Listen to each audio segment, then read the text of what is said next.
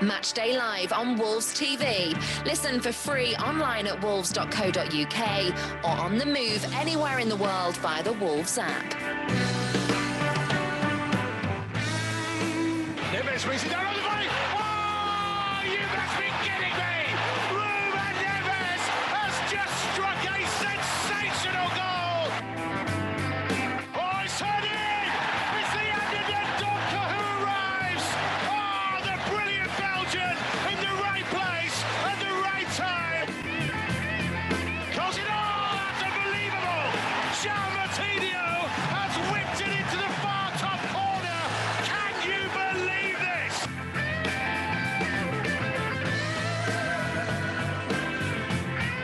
A very good afternoon and welcome to today's home of football, the short trip across the Midlands to Villa Park.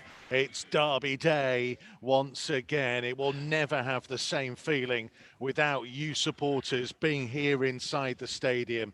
But still, we hope to bring you a flavour of what it is like here at Villa Park today as Wolves go in search of back-to-back wins here, which would be the first time Wolves had had such a good run in the top flight since the late 1950s through to 1960. We will, of course, ask Tomo about that period a little bit later on. Sorry, I couldn't resist. I know you couldn't. I was going to say, it wouldn't surprise me. Joining us, as ever, is the Hall of Famer, Andy Thompson. Also, of course, the former Wolves captain, the man that led Wolves back from League One, Sam Ricketts, and the former Wolves and Nigeria goalkeeper, who of course had a book out fairly recently, which is still available, including signed copies online for just £25. What an absolute bargain. The legend that is Carl Ikeme is here as well. Boys, before we get kind of into it today, in terms of how Wolves are going to go about it today, Carl, just your views really, having watched the Manchester City game without having to be a pundit with us for it. It was one of those funny ones whereby, for us, I think we kind of agreed. Sam might disagree with me, but it felt like our assumption was that it was kind of fair but harsh in the same respect, that 4-1 result. What did you make of it, Carl? Yeah, I'd take a similar view on it. I think they'd be disappointed though at the same time with that result and having to concede the goals because, especially when we pulled the one back, we did look like we was in the game. But to concede that many in such a short space of time, and I think it was 3 goals in 10 minutes, you got to be disappointed. And even though you want to take some of the performance away in the spells of the second half, you'd be really disappointed to concede that many goals away from home or concede that many goals in any game. Do you know what I mean? But to concede them so quickly is kind of like a disappointing. And it was, did we unravel in a way? Do you know what I mean? Where you sort of want to keep your standards high and go to the last minute, even though Man City are flying at the minute. Because Sam, it's that element, isn't it, whereby they were 10 minutes away from what would have been a really good result in many respects. Yeah, they were a little bit fortunate to get to that point. Obviously, they had good chances early on. But when you do get in there, and we spoke about that spell, the 20, 25-minute spell where the game became a little bit end-to-end. To be fair, Wolves had more than half chances, some really good chances to actually go ahead in the game and didn't take it. And historically, we've just seen Wolves be more resilient, harder to beat, harder to score against. And that's what Keane's is saying there, basically, that it was just disappointing to see the last goals, soft goals as well, giving ball away in your own penalty area, I think, for the last goal. And that was just disappointing to see. But I will say Tomo, we agreed, there was a lot of good stuff to see, which now we want to see now in this game today. And with it being a derby, can we get that tempo up higher earlier on? And let's see more of the positive attacking play. Tomo, it's that element, isn't it, about Wolves where we seem to come back to this point a lot, that first half performances, they just don't seem to have the same level that they tend to do in the second halves. No, they don't. And you look at the possession, what they have in games as well. So if you're going to cause anybody a problem, you've got to try and get the possession of the ball. Against Man City, I know it's Man City and I know they dominate most teams with possession, but we've got to do better. So look, coming from behind in most of the games is something that they've got to try and rectify. You can't keep chasing games. where you're a goal down in the first half, and they've got to sort it out somehow. They've just got to come out a little bit livelier for me. I think I don't know if it's a confidence thing in that first half or that belief, and they come out the second half, and it's a mental thing the way they approach the second half. But they've got to come out and do a lot better in the first halves. Take the game to the teams. They haven't got to expose themselves. They haven't got to leave themselves vulnerable at the back. But they need to be able to push on, because you're looking at the players that we've got, and there's no reason why we can't take the games to. Well, that's an interesting one then, and actually interested to hear from all three of you. Tomo, you can go first. I have seen some fans and maybe other commentators as well suggest that maybe Wolves are a bit cautious, maybe too cautious in the first half of games. Is that part of the element for you? Oh, possibly, yeah. It might be a bit cautious, just worrying about conceding the goal, but unfortunately, this season, that's what they've done in the first half. Now, we all know that the best line of defence is to attack, and when we have done that, we've put teams on the heels, and we saw in a bit of a spell against Man City in that second half, where we started to string a little bit of passes together. We started to push Man City back. We got the equalising goal. Okay, against the run of play a little bit with the way that Man City dominated the game, but you've got yourself back in it by trying to push teams back.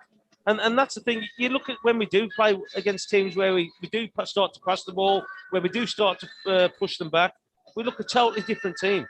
And you can't just keep relying on we're going to defend first half and hopefully in the second half we can push on. You've just got to be doing it throughout the game. You've got to be looking to attack these teams. Carl? Yeah. I was just trying to think of what it could be. I don't think it's a game plan.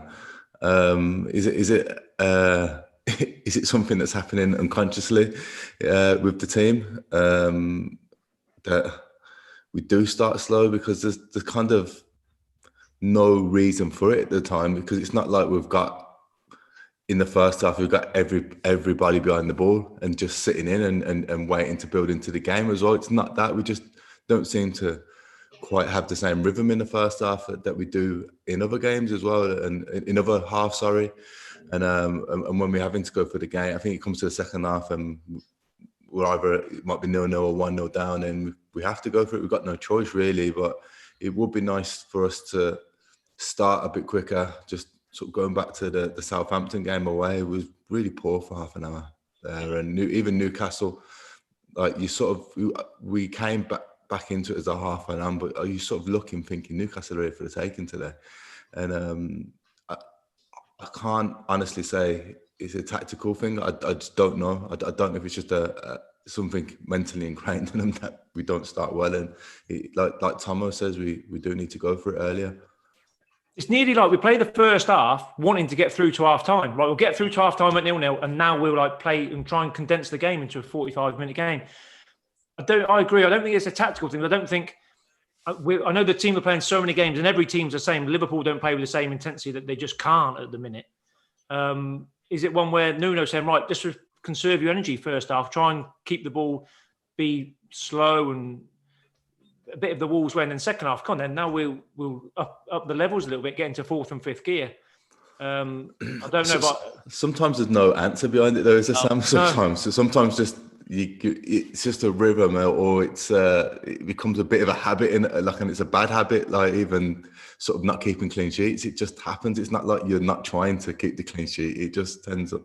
Well, do you know what's strange about this whole conversation really is that looking at the time periods where Wolves concede the majority of the goals this season, it's actually in the 15 minutes after half time and the last 15 minutes of the game. They've conceded 10 goals in each of those 15-minute periods. So even though they tend to be more attacking in the second half, they are perhaps running out of steam towards the end, and that's costing them late goals. And they're being kind of caught napping straight after half time. It doesn't quite work in the same way, does it? You wouldn't have thought that, or would you say, with the way that we concede goals, you wouldn't have thought that the first half wouldn't be the one that we concede on. You wouldn't think that the second half would be where we're conceding goals, are you saying, in there halfway through and towards the end of the game. So, look, just for me, we've got enough ability and quality out there that we should be giving anybody a game, and I mean going forward as well.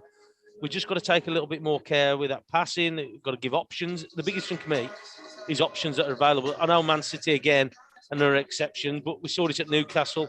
and we've seen it in quite a few games this season where when we have got the ball, we're looking up and there's nothing there. Second half, totally different, where we look like we're working hard. And I said this last week, we need to work harder when we've got the ball sometimes. We've got to give people options to get that ball to them, and I think that's what they've got to do. And it's a variety of options, not just one. I'm talking about 2 and 3. Well, Nuno has reverted back to the side that started against Newcastle. Let's take a look at the team that has been selected for this derby day. It means that Willian Jose is back in to start up front. Chris Iwelumo was adamant after the game against Manchester City, Keems, and I know your eyes lit up for a reason there, and you'll love the fact he's not here. He was adamant that Fabio Silva should be starting today. He's not got his way. He's not here to defend himself on that call, so fill your boots in and having a go at him for that. I'm just going to say I probably did call it that Fabio was going to come in midweek.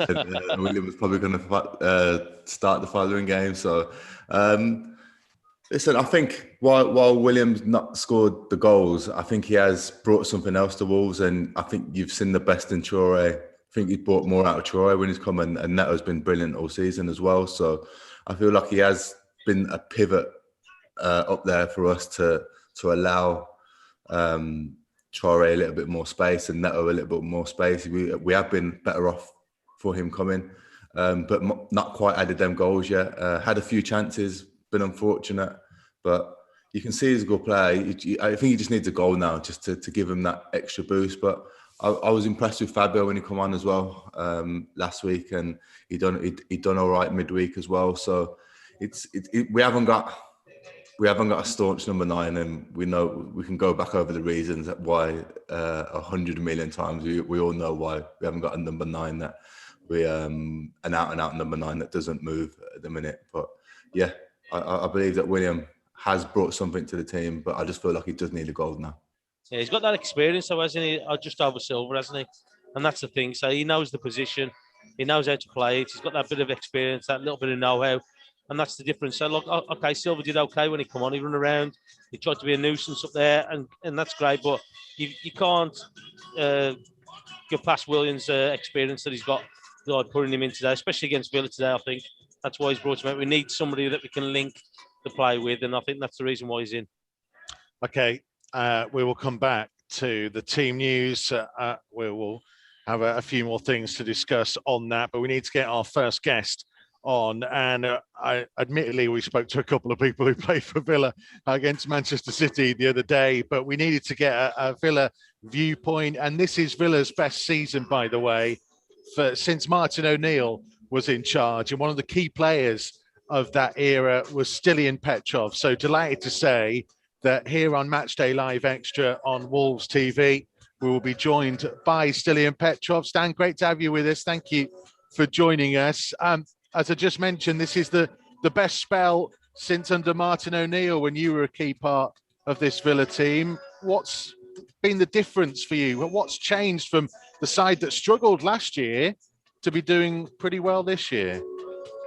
Hello, guys. I think it was an amazing start of the season. I think the recruitment played a really important part of it. I think with the new additions with Martinez, Cash, and Ollie Watkins as well, the team and the manager managed to find out the weaknesses from last season and to add the right players. And the boys been gelling very well. We had the outstanding Jack Grealish, who's been the difference in the team for us, and he'll be badly missed today. Yeah, how big a loss is he, Jack Grealish, and to the way that Villa will try and play? Huge loss. I mean, we saw in the last couple of games that we miss his creativity. I think when we have Jack on the field, he creates more space and opportunities for other players. So he'll be badly missed today, but in a derby game, I think other players have to take responsibility and make sure that they're gonna play well and try to win the game. Stan, how are you, my friend? Hello, Carl. How are you? I'm good, man. I'm good. I can't even be horrible to you because you're my best. I've been having problems with Villa fans all day, all this week, and I can't even say nothing bad to you, mate. But, how was your prediction, Carl? What do you think? Obviously, a Wolves win. That's you're on Wolves TV, mate. You're just biased. I'm actually looking forward to the game. I think two teams that can score goals. I think Villa will set up quite defensively as always. They will be waiting to expose the space behind Wolves' defense. But on the other hand, if everything clicks for Wolves, they can put some good performances and they can score a goal. And you've definitely gonna miss your star man, Jimenez. He's been the top man for you guys, but you've missed him. Yeah, we have, man. We have. But I was going to ask him. I was going to ask Stan, how big's Emi Martinez been for you this season? I've seen his performances, obviously. Emi was at Wolves and he's a top fella. I'm happy that he's doing really well now. But from a Villa perspective, how important has he been? Huge. I mean, you know my opinion about the goalkeepers. You goalkeepers are different. You're different breed. I know that. But he's been a huge influence. We had Heaton, who has been outstanding as well, but Martinez, he's been solid. He's been commanding in the right way. He's been making a difference in goal. And the boys and the team has been very confident having him in goal. And since he moved from Arsenal, he has showed that he's got a great potential. And to have him this season, we love him. We love him to bits, Carl. That's what we do. And I have to say, you know my opinion about the goalies. Where do you think this game might be won then, Stan? Where do you think that the important roles are going to be for each side? In the white areas. I think that's where Wolves are really strong. Adam Traore, if he plays well today, if Villa gives him the opportunity to explore space and to take people on, that's where the areas will be mostly important, the wide areas. I think through the middle, you can see that with the changes that Dean Smith has made today, he wants to make sure that the team stay narrow, they're quite organized through the middle, and they'll try to stop the white players from Wolverhampton. So I'll say in the wide areas. Stan, Sam Ricketts, hope you're well. Just a quick one. Just wanted to ask you, without Jack, obviously we're talking very highly of Jack, I think he's one of the best players in the Premier League this year, has really flourished. But who's going to be the one to try and unlock this Wolves defence? Who are you looking for to create the chances for Ollie Watkins today now? Well, I hope Sanson. We haven't seen much of him. He will be probably playing more advanced role today. So Ollie Watkins, he's been another player who's been very impressive for Villa. He's making very clever runs. He's timing his runs very well. So if Sanson can show what he's capable of, I think he can be the difference for Villa today, because we did lack creativity and creating opportunity for Ollie Watkins in the last couple of games. Yeah. It's pretty much a year, Stillian, since fans have been in, certainly from a Wolves point of view, and I guess Villa as well, because unfortunately we were not in a low enough tier before Christmas to get supporters in. How much of a loss is it not having fans, especially on occasions like this? It is about the fans, guys. And when you play a derby game, it's about the pride, about emotion with the fans, the preparation, everything around the game. And the players, they don't feel that now. So it's really difficult for the players to pick up every week, for many weeks, to concentrate, to prepare for the big games. Because mentally, it's about the fans. They keep you going. They push you through the difficult moments. At the moment, it's about the players' mentality. So not having the fans games like that, it's a huge, huge loss. Because I get the feeling like, and Carl Ikeme, it's one of those where since restart, since we've not had fans, Wolves obviously came here and won in the summer. Villa came to Molineux and won. Do we think that's having an impact on derby games, that there isn't that kind of intense atmosphere that all you boys would have experienced in your careers? Is it making it easier for away teams in derby games, maybe? Possibly. I think the game against Villa was spicy enough, to be honest, at Molineux. There's a few challenges going in and it deserved the crowd. But I don't think so necessarily. I think it probably helps all the away teams, not necessarily in the derby, when you go into the likes of Molineux, Villa Park, and you're an away team and you got the fans behind the home team, booing every time you get the ball, and the pressures that kind of come with that, then it does influence. Yeah, it can put some players in the shell as well. We've all been in them intimidating atmospheres where you start to see a few boys start disappearing and stuff like that. So it does have an influence, but then also it can put pressure on the home team as well, depending on what sort of form they've been in. And I think maybe the disappointment of not having the fans is that you don't get these pressure moments, the last 10 minutes when you 1-0 up or you're going for the game, you got the fans behind you or roaring on to try and get your team back in the game. So I think it is an element of the actual game and the whole game since the project restart as well, that the fans do have an influence on games, but I don't think it's had any other influence in derbies. I just think the away teams probably benefit more from not having fans there. There's certain players though, aren't there, that kind of live off that. Like I imagine Stillian when he was playing at Molineux and he was getting booed, and let's face it, he generally got some fairly decent results against Wolves, but there was probably a part of you that loved it, really.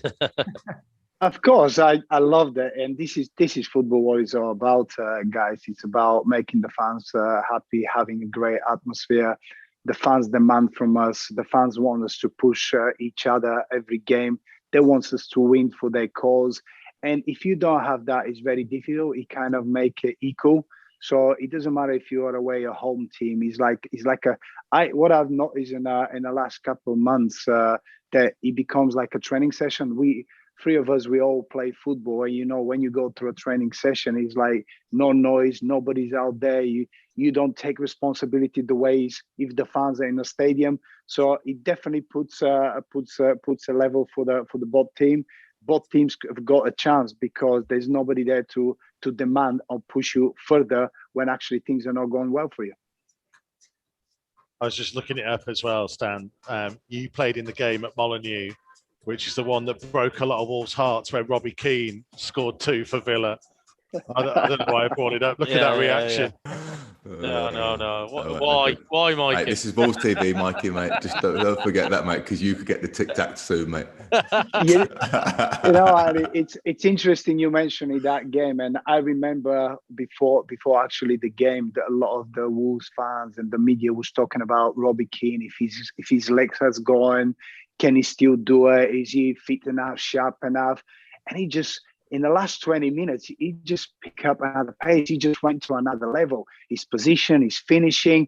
So that game was always there to remember, because I remember Robbie coming with the end of the game with a nice smile, because he had love from everybody at Wolves, and he had love from everybody at Villa as well. Even he scored the winning goal as well. So it was a great game to remember.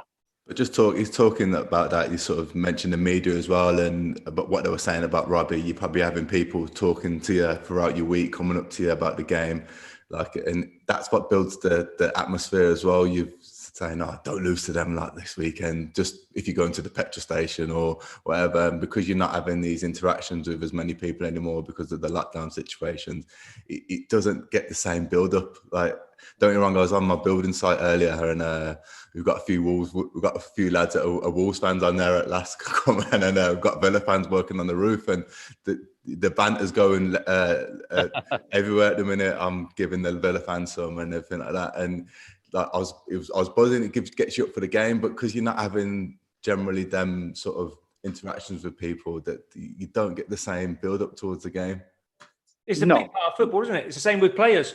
You enjoy. Stillian would have loved getting a bit of a booing off the Wolves fans. Likewise, when you go Villa, we play any local derby. When the opposition fans give you a bit of stick, it raises your game. Certain players, there's a few who doesn't, but it's all of that which adds to football. Football's nothing without the supporters. And like you're saying, today the Wolves players will find it far easier with no Holt End being empty than if it was full, getting on you. If you're giving the ball away as a defender early on, and the fans will be on you, think, I might not have it again. It gives you that edge, though, doesn't it? I think it gives you that edge when you got the crowd in as well. And I think that's the beauty of it. It definitely gives you that edge when you play. The buzz up when go on. The guys, don't forget that some of the players through that team, through both teams, will be going through difficult times. Some of them would have had great form. They would have played well, but some of them would have played badly, or they've been in and out of the team. Not having the fans will give an opportunity to be more relaxed, to be more calm, composed. But if you have the fans, there is no time for that. You have to be on the ball. You have to be concentrated. You have to be focused. You have to produce the right performances. Now they've got time to settle and play their game rather than being under pressure and hiding. Because I've been in that situation as well, and it's difficult to hold on that pressure. But now I think the players have time to settle into the game and play much better than when the fans are in the stadiums. Stan, you've been warned by Carl Ikeme that you are on Wolves TV. So just before we let you go, your prediction, what is your gut saying for the game today? You know what, guys? It's really difficult to predict, but because all of you are against me, I'm just going to go 1-0 Villa. There you go. Well, thanks for your only time that you'll be invited on to Wolves TV. Get him off. Thank you, Gillian. Great to see you. Stay well. Take it Love easy, you guys. Stan. Good to see you, mate. Good luck. Thank you, Bye-bye. Gillian Petrov with us here on Matchday Live Extra. It is that element, isn't it, guys, though, of a derby game. I mean, you know, it's the difference, isn't it? Sometimes where if you're getting booed by your own fans, it's not good. If you're getting booed by the opposition, there's an element of respect there, I imagine. But that's the part and parcel of the game, though, isn't it? So, like, that's what you want. That's what we all miss. We miss the fans coming in to the games. How many times have I said to you, Mikey, about we miss the fans and the sounds, and it's not right, especially the derby games. The derby games are electric when you come. It's like you've got the bragging rights. That's what you're after when you go back to work on that Monday. But it's all about the atmosphere for me. I say, look, it definitely gives you that edge. Yeah. So it definitely gives you that edge. It makes you focus more. Also, as well, it lets you know when the opposition is closing you down as well. Sometimes, unfortunately. But look, it just builds for the games, doesn't it? And it's a shame that, especially in the derby games, that there's no fans here at all. Well, let's talk to a man who was a bit of a cult figure in his time at Wolves and would have loved to have been involved in these kind of games. He was involved in a couple of years ago, but at this level, it would have been something special indeed. Joining us all the way from the US of A here on Matchday Live Extra today, Jack Price is going to join us very shortly. We hope. Here he comes. Here I am. The beard looking magnificent as you've met his day now, Jack. You've met his day now with that beard. How are we, fellas? You all good? Oh, Jack. That's a proper beard, isn't it, Mikey? Mate, I've always had beard envy. So Pricey, he knows that. Yeah. It's a magnificent piece of facial fuzz. I thought of you the other day, Jack, for a couple of reasons, one of which we'll get onto in a second. But when Connor Cody scored, you and Keems know him better than most. I mean, the shock when you switched on the telly or switched on your phone and saw that Codes had scored a Premier League goal at Man City, you wouldn't have believed it, would you? No, I didn't. I think it was my mate texted me first because I didn't have the game on. We were just training. And he said, Codes has just scored at Man City. And I went, no chance. What, an own goal? That's what I first thought. It's got to be an own goal, hasn't it? No, but dead chuff for him. He's a good lad, isn't he, Codes? We all love him. Special moment for him, indeed. It comes in a week where another of your former teammates, a man that all of you will know, in Kevin McDonald, has announced that he's stepping away. I know that you've been in contact with him, Jack. Kind of, I guess, how is he and how sad are you that he's going through this at the moment? Yeah, it's tough for him. Obviously, I spoke to him and he's Kev's Kev, isn't he? You know, the way he replies, and he's in good spirits. You know, you wouldn't expect anything less from him because he's a strong character and he's a top bloke. So I wish him all the best. Obviously, I texted him straight away when I found out, and it's obviously tough news for him and his family. But he seems strong, and he's looking forward to the future after obviously his transplant and stuff. So I wish him a speedy recovery, and all the best.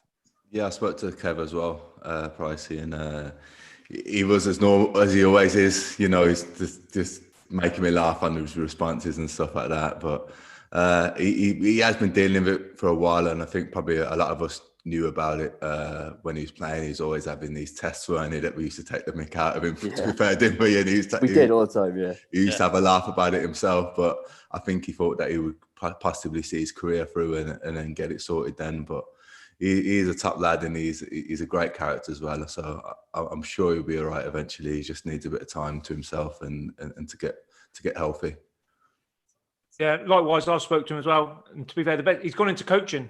I don't know if he's helping out with the 23s at Fulham, which is great. Gives him something to do, focus on, and he's done that this season. So he's, like you said, he hasn't changed his personality, which is the main thing.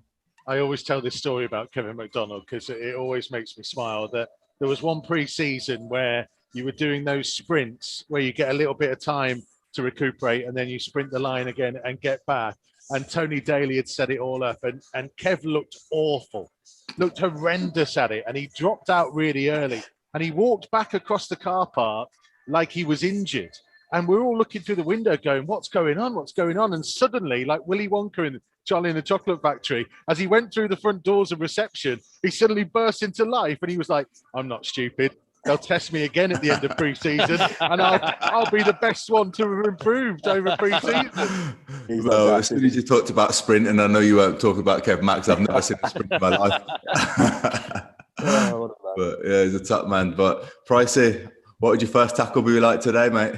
Oh, Jesus Christ, mate. I'd be straight up into him, mate. I would, you know me, man.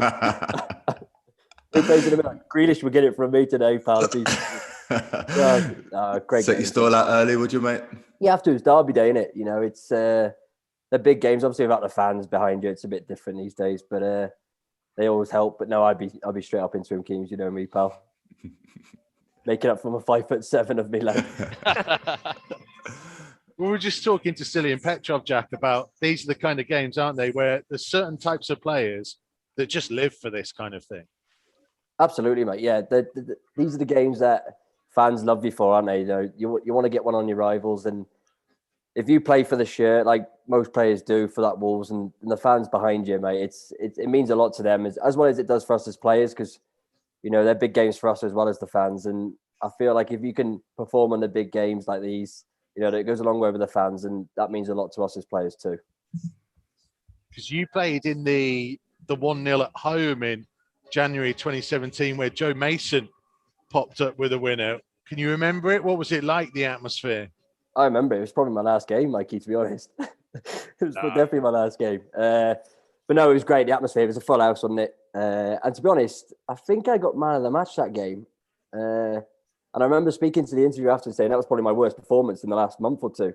I didn't play well, but I remember, yeah, the fans were brilliant that day. It was a special occasion, obviously, picking man of the match up, and Joe Mason, one of my other good friends, scoring the winner, which was nice. But yeah, they're games you want to be involved in, and thankfully I was in the right end of that result that week. They're games you can get remembered for, isn't it?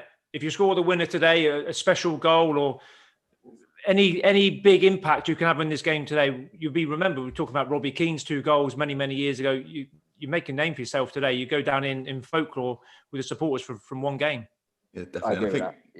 I think the Villa Wolves games got a bit spicier. I think maybe for them, for when they dropped into the Championship, it just become a bit more of a rivalry than Blues in my eyes. Because Blues was always kind of, apart from our winners' course, but Blues was always sort of our sort of hostile derby, and it's kind of moved on to Villa. So this game's got bigger as the clubs have progressed as well, and as they've both got back into the Premier League as well, and it's starting to become a real rivalry. Which is and because Villa have obviously had a decent season as well, it's really competitive as well.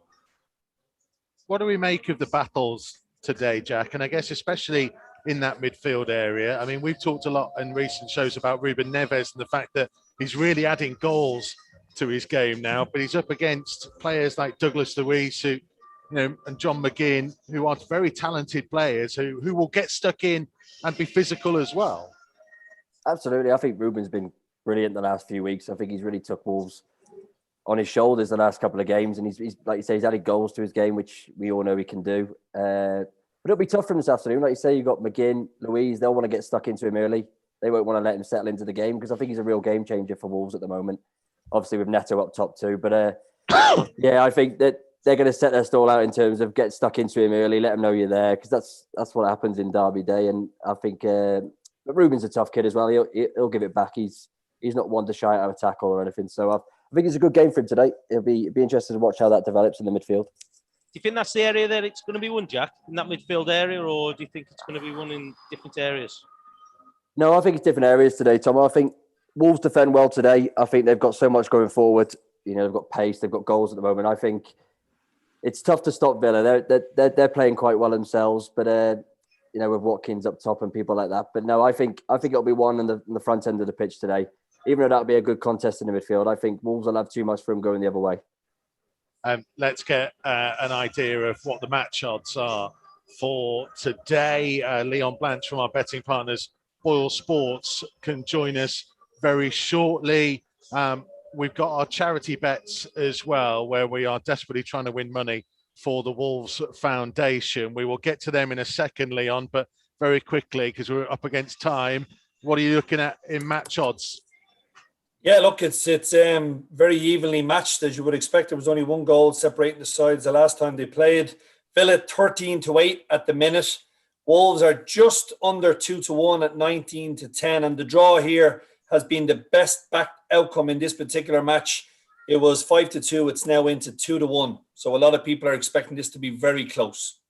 In terms of goal scorers or first goal scorers, I'm sure Jack Price would love to put some money on Connor Cody to score again. Not wasting my money on him. It was, look, I think he's had his goal for the season and that's it. But Ollie Watkins, 5-1 favourite. For Wolves, Willian Jose, will this be his game where he gets off the mark? 13-2 to score first, 9-4 to score at any time in the game. Neto is also 13-2. And there's been a bit of money come in for Traore for Villa. He's 8-1 into 7-1 and 3-1 into 5-2 to score at any time. Well, my charity bet for the Wolves Foundation is both teams to score. Simple as that. Well, look, it's nice and easy. It's even money. So, you know, it's a toss of a coin, really, if you said no or yes. I'm giving you evens, but I'll double that for charity. You can have 2-1 simply, both teams to get on the score sheet. Okay. I've been sensible and simple. Carl Ikeme. Yeah, I've gone for 2-1 Wolves and Willian to score today. So I do fancy him to break his duck, and I fancy us to win as well. I think a lot of Wolves fans would agree with you and hope that it does happen, Carl. 18-1 for that particular outcome to happen. 2-1 to Wolves, and of course Jose to get on the score sheet at any time during that match. You having one this week? If I was going to have one, I think I'd sit on the fence and unfortunately back a draw. I just think with the likes of Jimenez obviously missing, and you look at Villa without Grealish, they just failed to kind of create much, which is good news for Wolves. So hopefully Wolves can maybe nick a goal or two, but I think it's going to be a very, very close game. Okay. You can join our prediction as well, Leon, while you're here. What are you going for in terms of the scoreline? Go on. Stick your neck out. 1-1. 1-1. Yeah. So your bet will win, but I just think it'll be. I don't foresee a lot of goals. I think the Villa keeper was man of the match the last time we had a Stormer Martinez against Wolves, but I think this will be tight as well. There's not a lot of goals on both teams at the minute, so hopefully I'm proven wrong and Wolves might just nick it. Jack Price, what are you going for score-wise? Same as Keames, 2-1 Wolves today. Pedro Neto to score first, and Ruben Neves from the penalty spot is my prediction. That is a full-on prediction as well. He's not messing around out there in Colorado. Tomo? I'm going with the boys. I'm going 2-1, but I'm having Traore to score Well, first. listen, I'll tell you. Don't worry, Leon. These aren't all charity bets, by the way. We're not trying to take all this money from you. Sam? It's all good. Listen, I'll tell you, like, if one of these does win, you can have a few quid for charity on me. Right. Good man. Go on, Sam. I was going to go 2-1. I've had a feeling of 2-1, but I won't join in. I'll go 1-0. Still Wolves win, obviously. I think Wolves will win today. It's either 1-0 or 3-1. I'll stick with 1-0. And he's taken my 1-0 prediction as well, which means... you're trouble. What do I do? Well, I can't... The smoke. No plan B. You can't think. 2-1 because you've all gone 2-1. You've got to go 2-1 because you said both teams would score, Mikey. If you don't go that, then people will be like, what? Yeah, exactly. I can't go 2-0 now, so I'm going to have to go 3-1 Wolves, which is crazy for me. And look at, even Jack Price knows that that's a ridiculous suggestion for me to come out with that many goals in a game. Leon, thank you very much indeed, my friend. We will speak to you again soon, no doubt. Jack, just before we let you go, you're into pre-season training soon, or you're in it now? Yeah, we're in it now. We just had the first week. So we go to Arizona on Monday for 5 weeks. So it's going to be hot. So it's going to be tough. But no, we're looking forward to it. We did well last year. So hopefully we can build on that and have a good season this year. Mate, really hope you do. Good luck with it all. Stay safe and well out there, and hopefully see you soon, my friend. Yeah, good luck, Jack. Take it easy, Pricey, mate. Thank you. Take care. Thank you very much, fellas. Thank you. Joining us here. And just a very quick final word from each of you, really. 20 seconds each, I guess. Sam, key areas today. What have they got to do to make sure they get that win?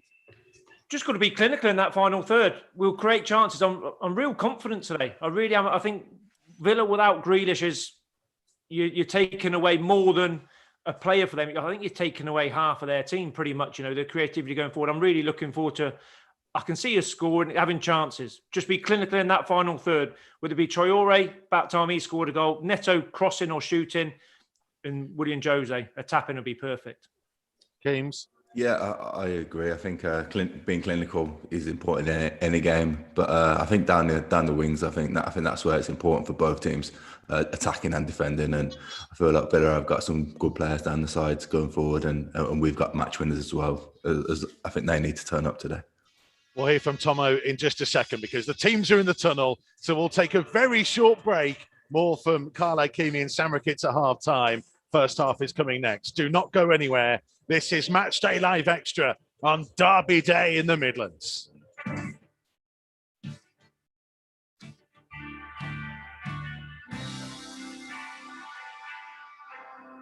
Matchday Live on Wolves TV. Listen for free online at wolves.co.uk or on the move anywhere in the world via the Wolves app.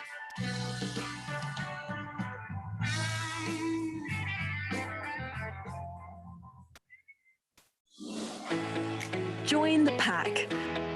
Become a 2021 member online today.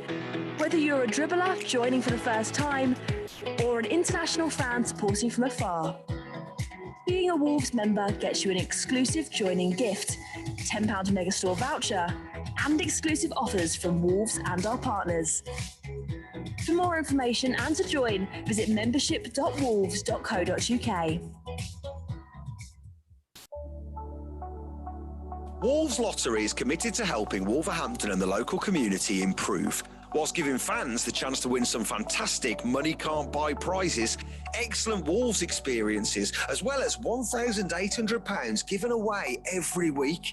For more information and to sign up online, visit wolves.co.uk/Wolves-Lottery.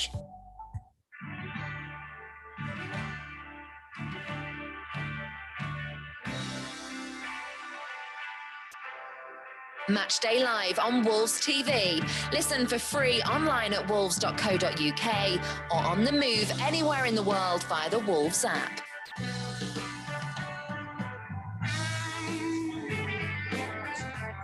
Well, just 12 miles as the crow flies separates two of the founder members of the Football League.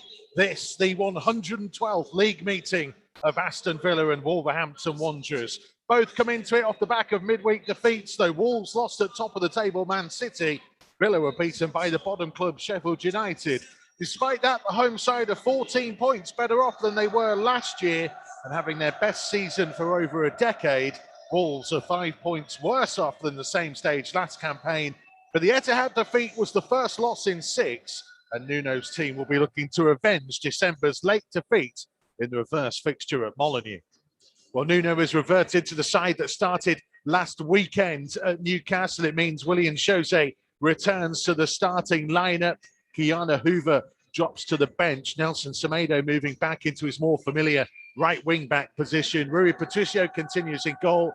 Connor Cody, fresh from that remarkable goal at Manchester City, his first in 134 appearances, will be partnered in defence by Leander Dendoncker and Romain Saiz. Johnny continues at left wing back. Ruben Neves and Jean Moutinho in midfield. Pedro Neto and Adama Traore either side of Willian Jose up top. For Villa, they have former Wolves man Emi Martinez in goal. Ahmed El Mohammadi, Ezri Konsa, Tyrone Mings and Matt Targett, the back four. John McGinn, Douglas Luiz and Morgan Sanson make up the midfield. Bertrand Traore, Ollie Watkins and Trezeguet are their three up top. All the players will take a knee as they continue to send that all-important message around the world that there is no room for racism. And we are underway here at Villa Park on this late Saturday afternoon. It's not as warm as we would hope it to be at this stage of March. And it certainly won't be as quite as heated as it would be with a full stadium. But Wolves attacking the Holte End first half with the ball at Pedro Neto's feet. And now Ruben Neves wide to the right-hand side to Neto.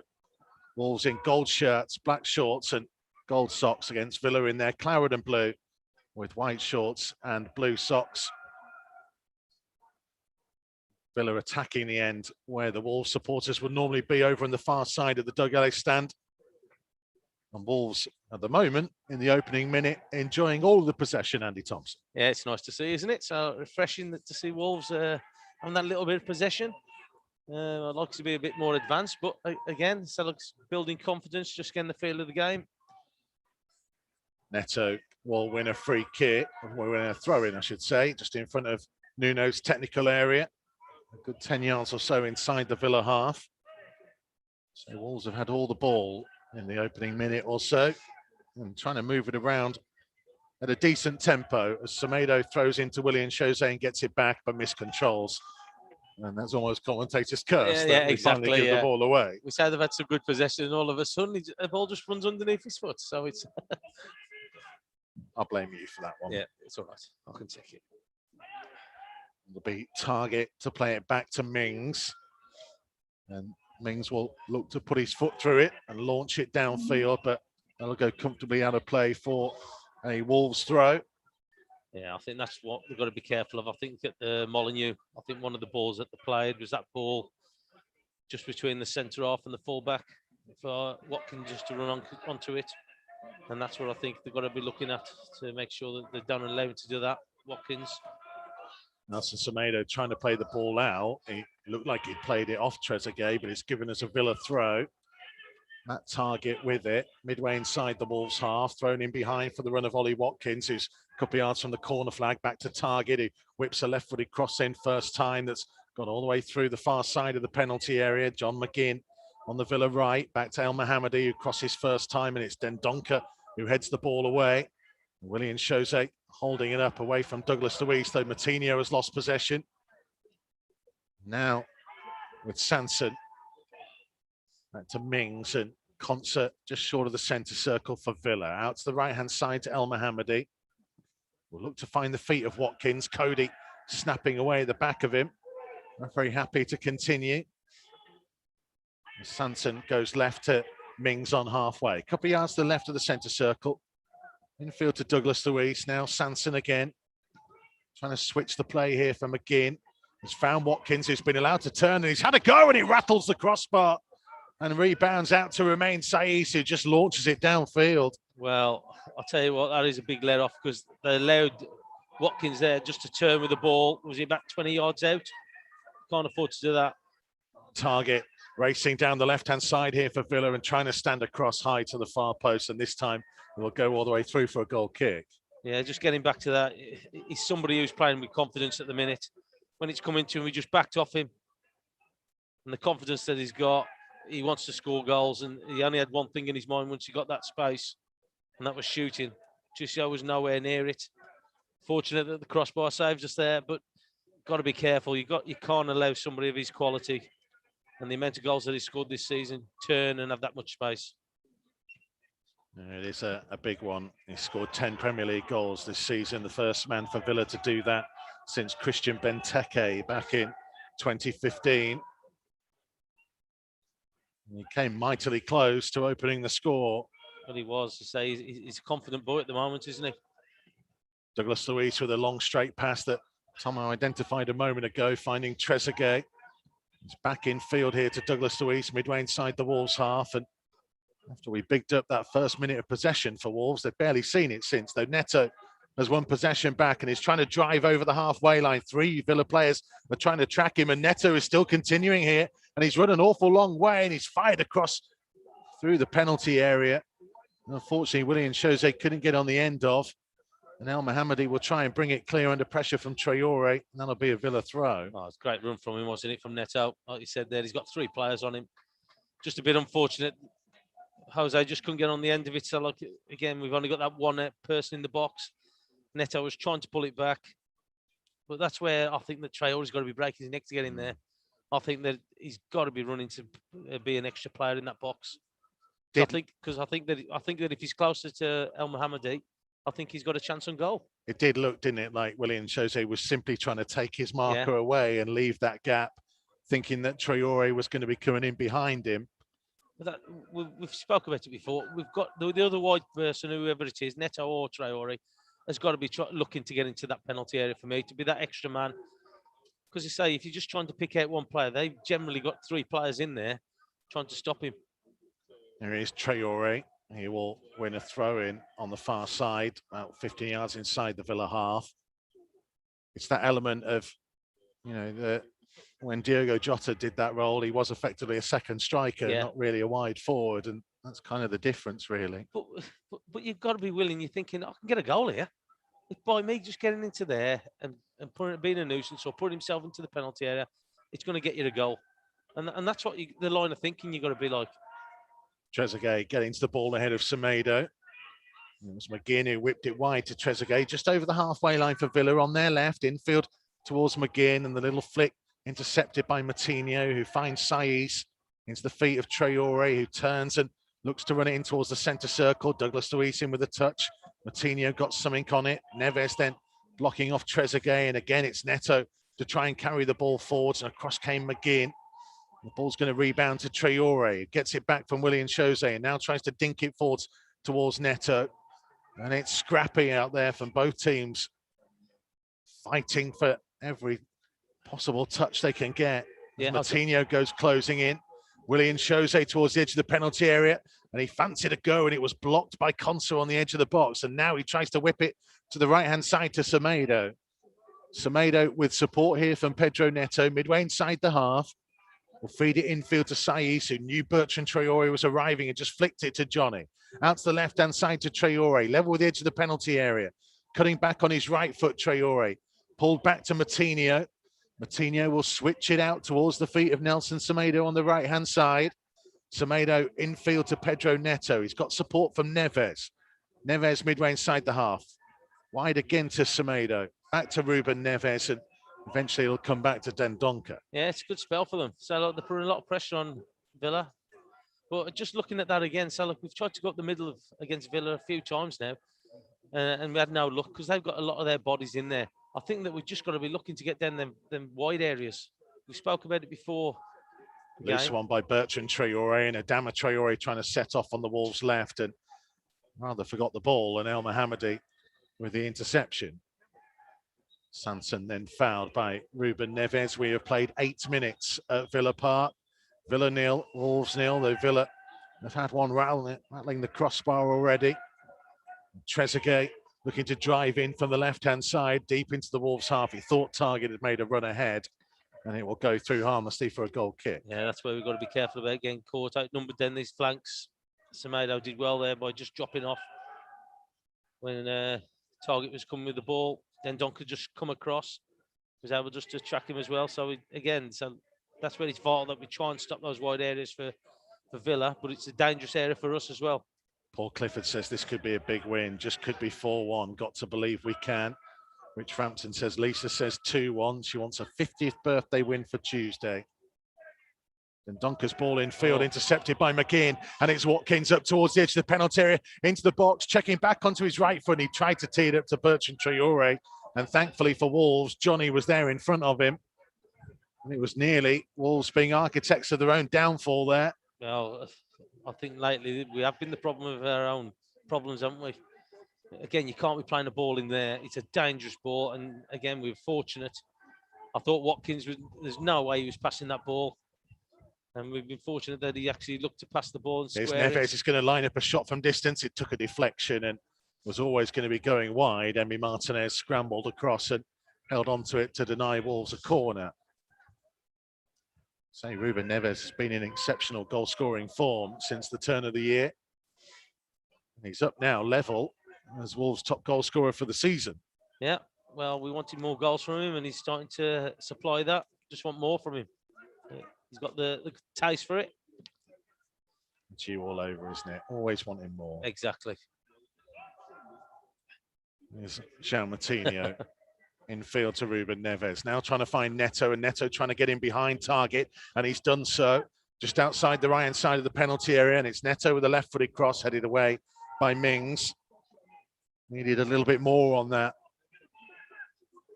Trezeguet chasing across, comes Dendoncker and heads the ball out of play. Yeah, it's got to be a better ball in there for Neto. He's done absolutely brilliant to get the initial ball. Just looking at that replay again of Dendoncker's ball inside. I was always taught that unless it's 100% that ball in the centre, you don't pass it, because that's the ball that can kill you. That's the ball that can cause a lot of damage. And I think we're just very fortunate. Well, Sanson fell to the floor, won a free kick on halfway, poked the ball through the legs of João Moutinho, who thought, well, he's taken it, I'll have it. I don't think he actually meant to put it between his legs. I think he tried to kick it off him, trying to get him in trouble, and it right between his legs, and then Moutinho's run off with the ball. Well, they will go back for Villa to have the free kick. A yard inside the Wolves' half, midway between the touchline and the centre circle. Douglas Luiz to take. 11 minutes played at Villa Park, still goalless. The Villa have had the better of the attacking opportunities, not this time, as Douglas Luiz's free kick lifts over the top of the defensive line and through for a goal kick. Yeah, again, I'm just getting back to it. One of the biggest strengths that Villa look like is that ball down the channel. And already they've tried to do it 2 or 3 times. It hasn't come off, luckily for Wolves. But they've just got to be aware about people just playing on the shoulder and just trying to get up there and advanced in areas, because that's where they did at the Molineux.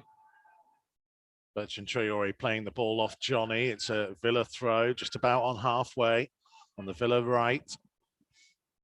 Bertrand Traoré will go all the way back to Emi Martinez. He will turn and find Ezri Konsa. Emi Martinez had 15 appearances on loan for Wolves, of course, in 2015-16. Was brought in by Kenny Jackett, was in as number 1, and then lost his place to the magnificent Carl Ikeme. He'd be pleased you said that. He'd be pleased you said that. Well, that's a test of whether he's still listening to us or whether he's just watching the game. He listens to you all the time, Mikey. Here's Mings. A little short pass for Douglas Luiz, turning and playing it wide left to Sanson, who can drive down the left-hand touchline with Target just ahead of him. Gets to the midway point of the Wolves' half. Moutinho closing down. Goes into the centre circle to Konsa. Konsa looking ahead of himself, trying to find the feet of Watkins under pressure from Cody. Goes back to Douglas Luiz, who will lift the ball out to the left-hand side to Target. Fed down the line for the run of Trezeguet. Dendoncker with a foot in. And I think that came off the Villa man, and it did. Well played. He could clear it come off his foot. Trezeguet can't believe it. It's right down in front of us. The press box is a lot closer to the north stand here at Villa Park than the halfway line. I think he actually rolled over both of his feet, not just one. Yeah. Tomo is sat quite a few seats away from me, pretty much level with the edge of the penalty area. Yeah. Oh, he's blatant. It's clear as anything. He's still arguing about it now. He's in a good mood, Tomo, because he's full of Bovril. Very nice. It was very nice. You think it's gravy, but like, oh, it's nice, the Bovril. We'll save that debate for a little bit later. I enjoyed it anyway. I know you did. I haven't seen you as happy as that in weeks. No, it's never fell. Trezeguet going over under a shoulder-to-shoulder challenge with Nelson Semedo. A couple of yards infield from the touchline. See, Robin Calgary says how he misses a Bovril. So it's not available here. So it's instant coffee on the couch, going for 1-0 with a Connor Cody winner. Oh, that would be a wonderful result. That Target to take the Villa free kick. Wolves trying to hold their defensive line on the edge of the D.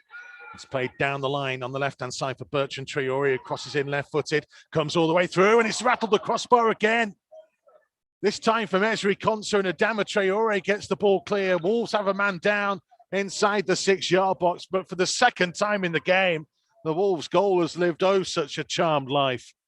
I just think that's bad defense. They shouldn't have played this ball down the line. Neto should have been cutting that off. But Oh, I'll tell you what a massive let off that is. Massive. Also, the fact that he's allowed to take a touch and then he fouls Dendoncker just after striking the ball. But we've let it come straight through the middle of two lines of defence. But I think Neto's got to stop that first ball down the wing to Traore. If he cut that off, they're putting the ball in there. That's what caused the problem, was the different, or the change of delivery. Quarter of an hour gone here at Villa Park, and Villa have rattled the crossbar twice in those opening 15 minutes. Here's Traore for Matinho. We talk so much about the way Wolves start games in our pre-match build-up. They have, apart from the first minute, they have been up against it here, really. I haven't seen anywhere near enough of them in an attacking sense. Neves, no, they haven't. Launching one into the Villa half, they'll go all the way through to Martinez. Yeah, they've had a lot of possession in that mid-section and at the back, but they haven't really hurt Villa at all, have they? So, look, again, it's that quality in that top third, and that's the only thing that's missing, because they had some good spells throughout the game. I said they started this game pretty well, but it just shows you that we've been let off the hook by some more clinical shooting from Villa, as you could say, where they have hit the framework, but we've been fortunate to get away with it. Yeah, the Ollie Watkins one was an excellent effort from distance, but I think Ezri Konsa will feel like he really should have scored. Oh, yeah, especially when he's had a touch as well. Neto trying to go on the outside of target. That's a free kick. Yeah. As he just stepped across in front of him. Yeah, I'm surprised that he actually missed it. He's just got under the ball, hasn't he? Konsa there for that opportunity, because he's had a decent touch on it. I think Wolves are concerned about Leander Dendoncker here, who is still showing the adverse effects as Neves has lost possession to McGinn, and it's Watkins who will fancy a go from distance again, but this time Cody got a touch on it and it deflected through to Patricio. He's struggling with something because he went down, didn't he, after that Konsa opportunity? Yeah, he really got caught by Konsa, and Willy Bolly is out warming up at the moment. The only substitute to be doing so, and he looks like he's properly going through his paces as well. Here is Neves to Dendoncker over the halfway line for Wolves, trying to switch the play with a big crossfield diagonal that was won in the air by El Mohammadi before it could reach Adama Traore. Konsa just launching it downfield. Across comes Cody, cushions it off the chest, plays it infield to Neves on the edge of the centre circle. Willian Jose with a first-time ball, looking for Semedo. Neves takes over, couldn't find Neto, but the ball's going to come to Willian Jose, who tried to tee it up for Neto, and across came Tyrone Mings and put it out of play for a Wolves throw. I tell you, we got away with that because that was 3 misplaced passes from Wolves consecutive. But they're fortunate that Villa give him the ball back. Just got to tighten it up a little bit. Just got to tighten it up. Semedo all the way back into his own half to the midway point of it to Connor Cody. 18 minutes played at Villa Park. It is still Villa 0, Wolves 0. As Matinho finds Romain Saiz. Up to Johnny, just over halfway on the left-hand touchline. Infield to Jean Matinho again. Looking to his right. Now going back left to Saiz, who will play it first time towards Johnny, but it evaded him. And Villa have possession again, though they're giving it straight back to Wolves as Saiz will settle for a throw midway inside his own half. Yeah, so looks like I think that Wolves have knocked the ball around really well. So, but there's sometimes just a little bit of care, just letting them down. They're just giving away possession so cheaply.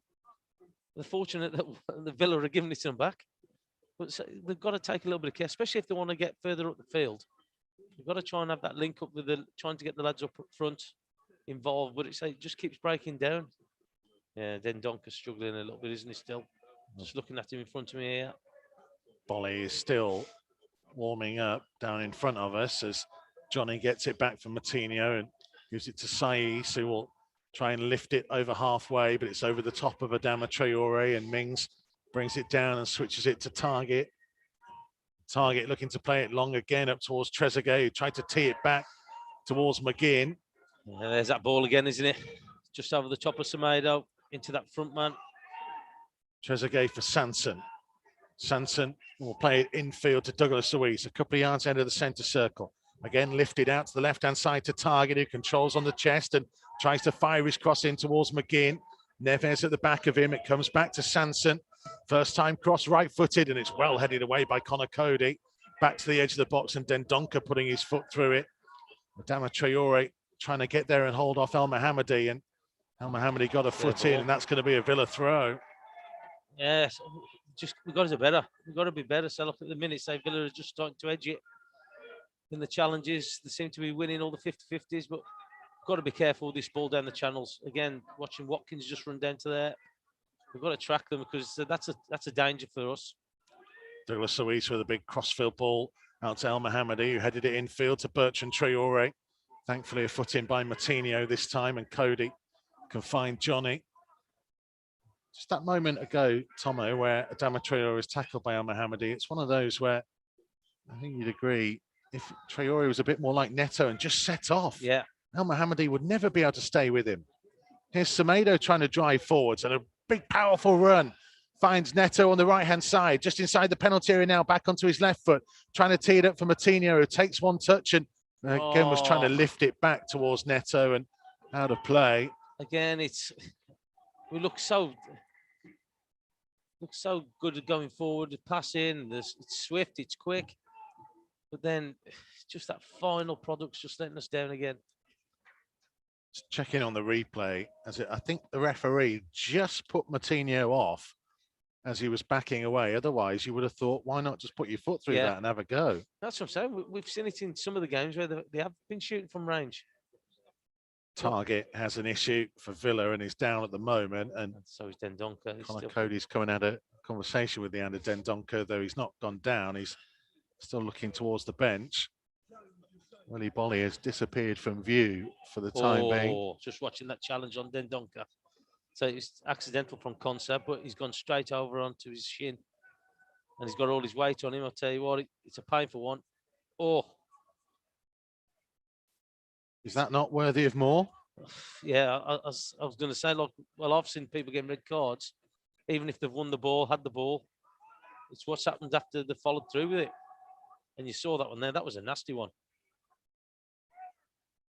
It's McGinn getting the better of Martinho. We don't have any details as to whether VAR did look at that challenge, shall we say. Nothing was decided on the field at the time.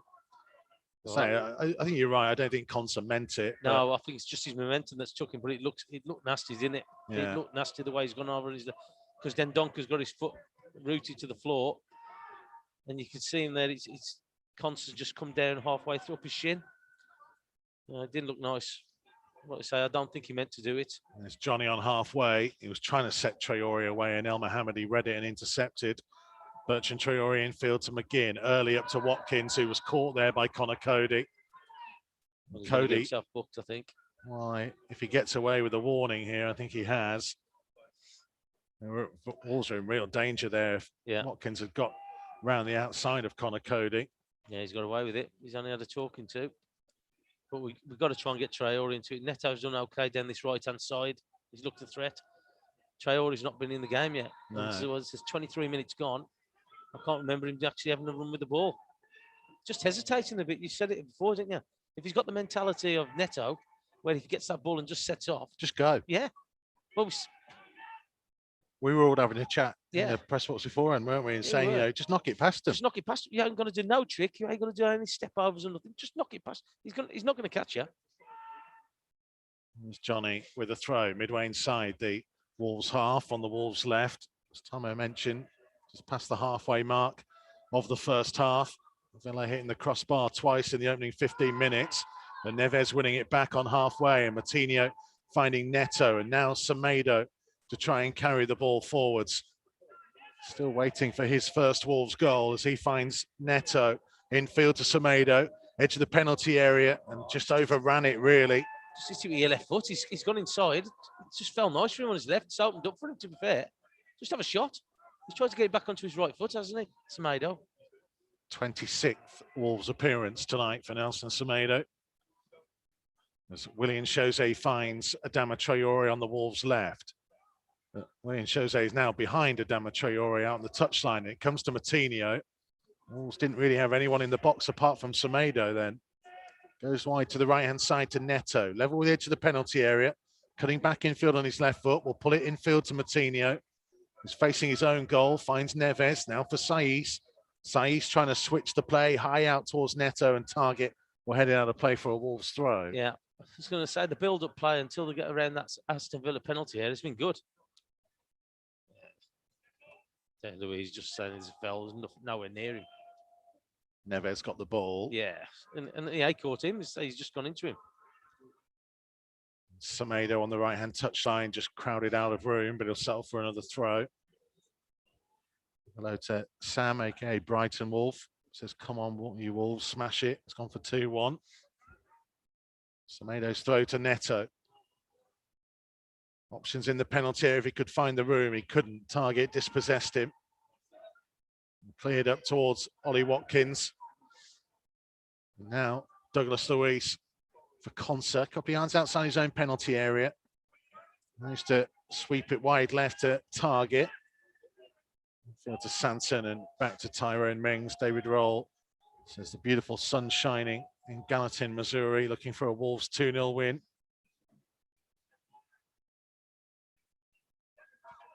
Bridget, one of those joining Tomo in loving a Bovril. There's Trezeguet running in behind from another long pass. And I thought he was well offside for me. He's got support from Target. And now Sanson on the left-hand side, a couple of yards from the corner of the penalty area, able to drift infield and still run. Neves got a foot in there, and Williams shows a first time for Neto. And now Neto again looking to set off, and Sanson just dived on the back of him there. I think that's and that will be a yellow card. Yeah, I think that's the first booking, isn't it? He's basically just jumped on his back of his legs. But that, again, this offside rule for me as well. It was Trezeguet looked miles offside down this left-hand side. No attempt to play the ball whatsoever by Morgan Sanson there. Oh no, he just basically fell on the back of his legs, hasn't he? Bazza says there's been a lack of attacking intent this season. Our wing backs seem to pass the ball backwards when they should be taking us forwards. They are the key. Chrissy has seen the picture of you with your Bovril and says, bless him, he's getting old now. Got to keep warm. Exactly. Got to take care of me now. Got you your half-time snack already. I've got it here, lined up and ready. As Matinho is fouled and wins Wolves a free kick, couple of yards infield from the touchline. Should have been midway inside the Villa half.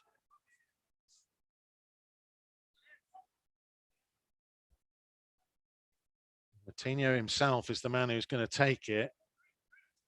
Well, we got the Connor Cody goal off him, didn't we? From a not too dissimilar position, maybe a bit further out this one. Well, he's up there again. Cody delivery.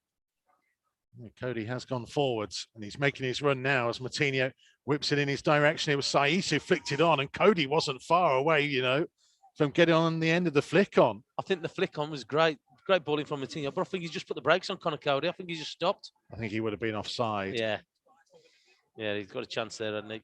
But he just put the brakes on, didn't he? I was going to mention about the Connor Cody thing, in that, is it an element where teams would not be preparing? You know, when they go through set pieces in the days before the game, they wouldn't have anyone set to mark him, would they? Because they wouldn't think he would go forwards. But most of the teams nowadays play zonal, don't they? Zonal marking for free kicks and corners. So basically, they stand in a certain area. I wonder whether it just alters with the team's plans, whether it's not a bad tactic. Especially considering that he's found a habit of scoring goals. Did it for England and done it for Wolves now. Yeah, scoring the one. There's Semedo. Well, when you've not really gone forwards very much. No, that's a surprise element for the team, isn't it? Probably wondering who it is. I mean, realistically, he's had one effort on goal in the Premier League in 3 years and scored it. So he's 1 from 1. Technically the best finisher in Premier League history at this stage. Cody gets clattered by Trezeguet this time, but Villa throw. I don't think Dendonker's right, because I think that there was a challenge there that he could have gone in. And I think that he's pulled out a little bit. Well, Willie Bolly is not warming up anymore. Yeah, Morgan Gibbs-White, Kiana Hoover and Rene Nori head out for a little jog. Semedo, where's he going, Semedo? I don't know, but the option was Neves in centre mid. And it's Sanson carrying the ball down the left-hand side, and it's Matinho who blocks it at the expense of a corner. Tomo's right. Semedo trying to play it back through the legs of a Villa midfielder. he could have just played it inside to Neves. The ball that he was facing was the simple one.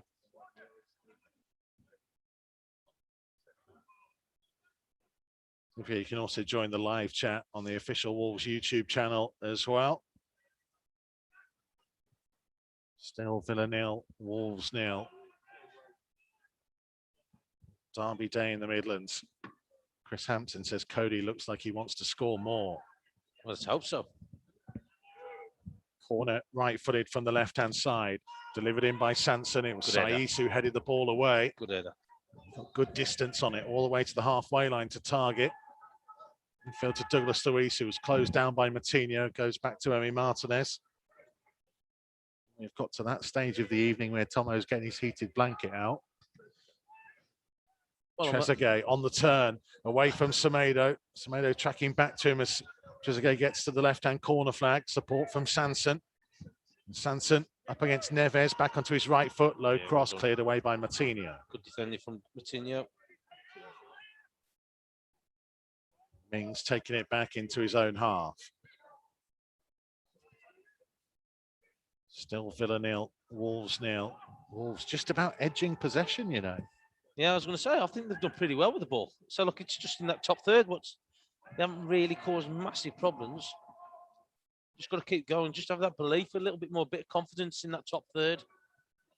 Villa have been a little bit more direct, haven't they? Yeah, they have. But they've got somebody up front who's willing to run the channels a little bit more than Jose. Jose just wants to stay in there. Different kinds of strikers. There's Patricio launching it towards halfway. Traore's header actually did a fairly decent defensive job for Villa because it found Bertrand Traore. And now to El Mohammadi on the overlap, and he whips a dangerous cross in. The Dendoncker stretched and cleared to the edge of the box. Matinho and then Willian Jose flicking on. And Neto, can he get the better of Mings here? He did, and then across came Douglas Luiz, and there were just too many bodies back there for him. Otherwise, there was four bodies there around him at one stage, didn't they? Well, looking for the run of Bertrand Traore, but Saiss will see it behind for a goal kick. Yeah, well marshalled by Saiss. But you just look at it and say, Wolves have had some good plays. They've been decent on the ball. Need to be a little bit more clinical in that top third, but got to be so careful with Villa, with the way that they break. With that ball just over the top, as I mentioned, down the channel. They've got people who are willing to run onto it. Mention remains Saiss. He has done an episode of Old Gold Club, My Golden Game, which may well be out this week. The latest episode with a certain Andrew Thompson talking about the Sherpa Van final is available to listen to now. I'm not going to tell you. Oh, I thought it was out. Oh, no, it'll be out this week, I think. Oh, this week? Okay. Be a little bit of a surprise for you. Because I know that you listen to them all. I do listen to them. Well, you listen to your episode. No, I do listen to them. Listen, I miss your voice, Mikey, in the week. That's what it is. I know that's definitely not true. His concert out to El Mohammadi, just over halfway on the right-hand touchline. Down the line from McGinn, but Saiss read it well. He'll go out and play for a Villa throw. 33 minutes played at Villa Park. Yeah, you can see that's an area that Villa have worked on, hasn't it? That little ball down the side, and it's a good ball. I was going to say, if you've got somebody who's willing to run beyond the defence, and also as well, what they do really well is that run from deep in the midfield area. Douglas Luiz's dangerous cross headed away by Cody from the edge of the 6-yard box, and then Neves was caught late by Douglas Luiz, and a Wolves free kick on the edge of their own penalty area. So it was a very good header away by Connor Cody. It was a good header from Neves as well, because he knew he was going to get battered there. He could see the player coming towards him. Camera was on Dean Smith and John Terry, who have got raised platform, really, taking advantage of the fact there's no fans in, so they're not that far away from us. No, they're just standing just below us, aren't they? To the right of us, we're just standing below us. Nuno still on the edge of his technical area as ever. And here's Neves on halfway to Matinho, to Saiss. Backwards for Dendoncker. We'll find the 1-2 with João Matinho. Now back to Matinho again. Back to Dendoncker again. And Dendoncker trying to switch the play, and it's an excellent ball to find Johnny, who now works it wider for Adama Traore. up against Bertrand Traore. And it's Adama Traore trying to cut back on his right foot and whipping across deep and too deep. And Neto won't be able to reach it. It'll go behind for a goal kick. There you go. There's another example of that quality. I don't know. I know they're doubling up on Traore down that left-hand side for Wolves. But I think that he's just got to offer a little bit more. Neto's done well down this right-hand side. He's pushed Target back. He's had Trezeguet helping Target out. So he's been pushing those into their defensive third. But I think Traore's got to do a little bit more for me. Just the 12 appearances and 1 goal in his Aston Villa career, Adama Traore. It's always been an element of his play that most people who've seen him know he has such unbelievable potential. Not quite matched it with goals. Watkins has for Villa, and he beat Dendoncker, and he's continuing into the penalty area. Shot blocked by Cody. He was in the right position again, and a thumbs up between he and Rui Patricio. Fizzed in towards Willian Jose, who couldn't hang on to it. I was going to say, Semedo's got to learn. He's got to get rid of the ball at times. You just got to put your foot through it. He got caught there by Watkins. Just put your foot through it. I say it's more of a problem if he gets caught as it was there. Luckily, so we had enough players back there to block the shot from Watkins, but you can't take any risks. McGinn with a big diagonal crossfield ball towards Target. Target just outside the left-hand side of the penalty area, trying to pull it back. It's Dendoncker who can clear into the path of Neto. And again, Neto trying to set off, and Sanson knows he can't touch him this time. And across came Mings and ended up playing the ball off Pedro Neto, and it'll be a Villa throw.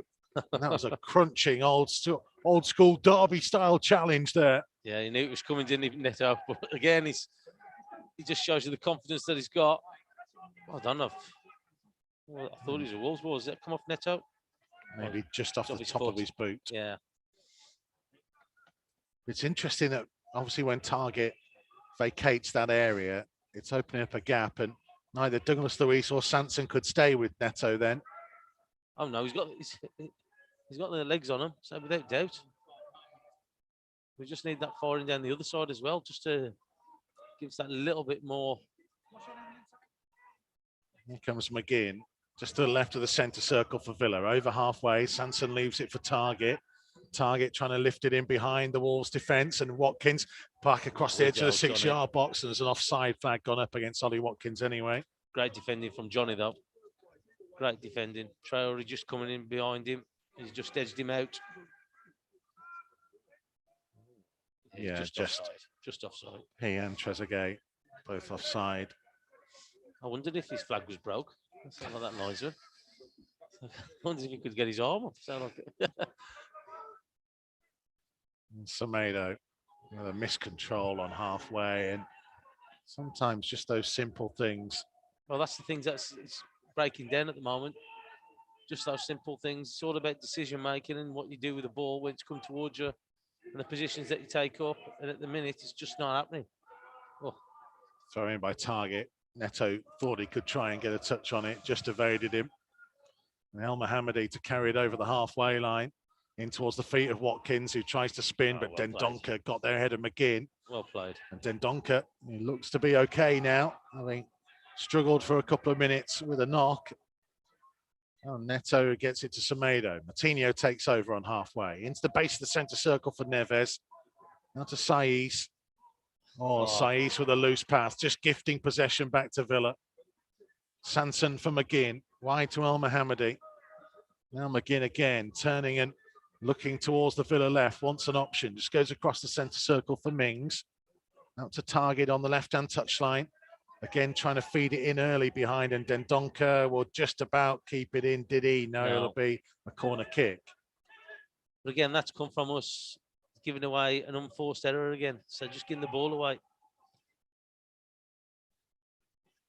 And so Nuno looks a bit frustrated down that touchline, and you can imagine so. So look, it's something that we've got to do better with. We can't keep allowing.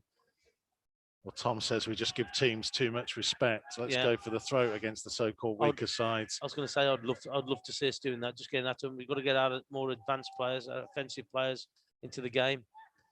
Sanson's corner, right-footed from the left-hand side. There's a bunch of players just beyond the penalty spot. And Sanson aiming for them, but it's Saiz who heads the ball clear. And as far as McGinn Wide again for Sanson. Offside flag is going to go up. Yeah. And Wolves can clear their lines. Yeah, great header from Saiz. Great header. He's done that 2 or 3 times already, hasn't he? Well, Jamie agrees with you, Tom. He says it sounds like all Wolves are doing is defending these days. Says you're not going to win games just defending. Chris Hampton says giving the ball away too much. He wants Silva to come on at half time.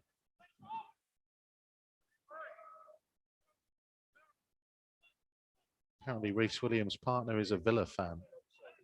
He wants me to tell her that she is a wrong un. I would never say that about your partner, Reece. It's Villa 0, Wolves 0 with 5 minutes to go until half time. Neto just losing out on possession and then fouling concert. Nuno is growing ever more frustrated, it seems, down at pitch level. Tyrone Mings just blasted the ball against Ruben Neves. They've done that twice, haven't they? He's the one with Moutinho as well. We'll give him a chance to get back. I think we agreed in the game at Villa Park, Molineux earlier this season that Villa are quite good at what you would describe as the dark arts. Yeah. It was Mings who fouled Podence on halfway and somehow got a free kick for it in the last minute, and then they got the penalty. Saiz now fouling John McGinn. This is a pretty dangerous area, this, for Villa. Yeah, it is. It is. But that seems to be one of the danger areas for Wolves there. Then that was it, flanks, where they put a player out on the wide position and then they just play that ball down the side. For Watkins, McGinn, that was just running down there. Trezeguet down this left-hand side as well. Just got to try and get yourself in the right position when the ball's going to be played. Bertrand Traore and Douglas Luiz are the men stood over the ball. Wolves have a one-man wall just inside the corner of the penalty area. It's about 10 in from the right-hand touchline, 25 yards from goal on the diagonal. It'll be Douglas Luiz right-footed to whip it in and headed away by Semedo. McGinn trying to put it back out on the right-hand side of the box, and a back heel by Bertrand Traore straight to Johnny. Johnny trying to lift it forwards, but comfortably intercepted. 3 minutes to go until half-time. Villa looking threatening again. El Mohammadi on the right-hand side, crossing from deep. Cody pushing a header down to Neves. Neves' clearance was charged down, and Saiz put his right foot through it and launched it downfield. Oh, that AFL. He's run into him. Watkins winning a free kick just inside the Wolves' half. I'm going to say, Traore's asking the referee, what's that for? Adama Traore and Pedro Neto have switched sides for the time being. Target with the free kick. We'll try and lift it in behind for the run of Watkins. Cody nodding it down to Neves. To Neto and now to Johnny. What can Johnny do? Goes down by Bertrand Traore. Goes infield to Moutinho. Backwards to Saiz. Saiz trying to feed it up towards Johnny on halfway. It was well read by Villa. Foot in by Cody on Watkins, though. Neves finding Moutinho. Watkins doesn't half get cover. He does. He works really lot hard of for him, ground. doesn't he? Johnny couldn't find Neto. Intercepted by El Mohammadi. Villa just seem to be reading what Wolves are doing, and El Mohammadi driving on and now standing across high to the far post. Too high. Trezeguet, though, will collect it. 10 yards from the left-hand corner flag. Back to Target. He looks to whip it into the danger zone. Cody again beat Watkins to it. Moutinho's clearance just went high in the air. Watkins bringing it down, and Moutinho's challenge is going to be a goal kick. Yeah, at the minute, the two fullbacks for Villa have got the upper hand, I think, on our two wide men, and that's our main source of attack from the flanks. We've either got to give them a better supply of the ball, or the lads on the wing have just got to do that a little bit better when in possession of the balls. Because we haven't threatened their goal at all. Kevin says, keep sitting back like this and we'll concede eventually. Well, the more that you invite players onto you, the more chances you're going to get. The Vitta would work twice.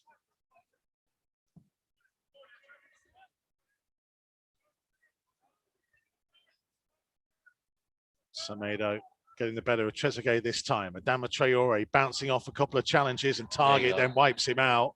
Wolves free kick midway inside the Villa half, just to the right of centre.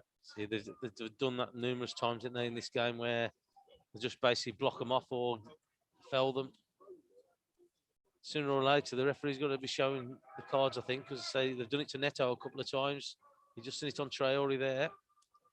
When he gets very little protection from officials, Adama Traore, it's almost as if the feeling is that because he's so big and strong, he should be able to stand up to it, which is I'm sorry, but wholly unfair. it's got to be the same for everybody. Cody is forwards again. 1 minute to be added on. Martinho, pretty similar position to where Wolves got the goal against Man City, and it's not a bad delivery.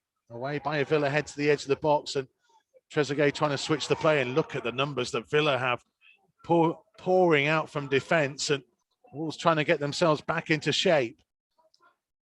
Infield here for McGinn, midway inside the Wolves half. Back out to the right-hand side. They'll set themselves to cross low. Saïd's got something to it. Dendoncker got there to Watkins, and William Jose, who was back helping out, clearing. Ball rebounds to Bertrand Traore on the left-hand side for Villa, runs into Semedo. Semedo for Neto. Difficult position, back to Martinho, who teed it up and volleys it to halfway, but everybody in a gold shirt is within 30 yards of their own goal. Mings again, Neto sliding to intercept. Dendoncker challenging, it drops towards Watkins. Saïd with a foot in. And that's the final action of the first 45 minutes that saw Villa hit the crossbar twice in the opening 15. First through Ollie Watkins, striking from distance. Rui Patricio was well beaten.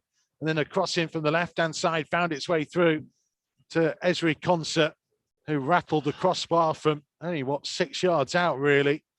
Villa will definitely feel like they should be in front. Wolves have got themselves into decent positions on the field, but they haven't tested Emi Martinez as yet. And there will be plenty to do in that dressing room at half-time. Yeah, I would think so. I think that Nuno would be saying that about that top third of the pitch. Hadn't been good enough in that top third, so we've had some decent possession, as you said there. At one stage, we did have more possession than Villa, but we haven't done really anything with it. And it just shows you the threat that Villa are, hitting the woodwork twice, but they're very direct. They play down those channels. They do it really well. They've got willing runners from midfield and Watkins up front, and they've just got to make sure that they don't give it well. For me, I just think that they've got to just show that a little bit more quality in that top third. I want more from Traore in the second half, because Neto, to be fair to him, has tried to push Villa back. Well, more from Andy Thompson to come here at Villa Park. We'll also hear from Carl Ikeme and Sam Ricketts as well on Matchday Live Extra. Half-time on Derby Day. It's Villa 0, Wolves 0.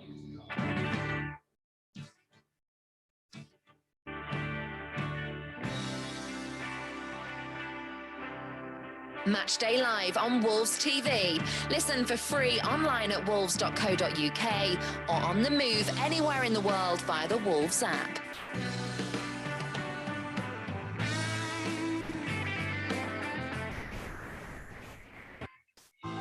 We can't welcome you to the Wolves Megastore at the moment, but our online store is available 24/7. Visit shop.wolves.co.uk for huge savings on replica kits, training wear and exclusive Wolves clothing ranges. The Old Gold Club has a new series, My Golden Game. Speaking to former and current players, coaches, managers and fans of the matches that meant the most to them.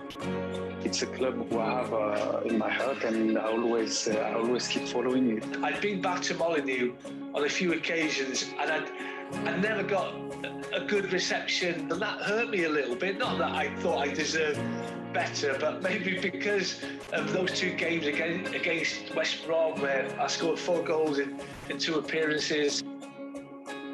Check out the series so far, featuring the likes of Jodian Lescott, Kevin Doyle, Neil Emblem and Dennis Irwin. I was absolutely delighted when they came in for me, and even more so when after having a tough first 4 or 5 months that we were on a bit of a roll and ended up playing in this fantastic game. Old Gold Club, My Golden Game, available now.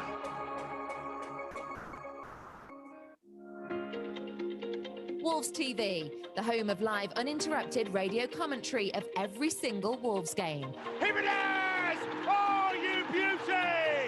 But that's not all. Wolves TV also brings you extended and alternative match highlights, interviews with the team, behind-the-scenes features and training coverage, plus see every goal Wolves score from every angle. The volley over the goal! That is simply stunning! So check out Wolves TV online at wolves.co.uk or on the move via the Wolves app.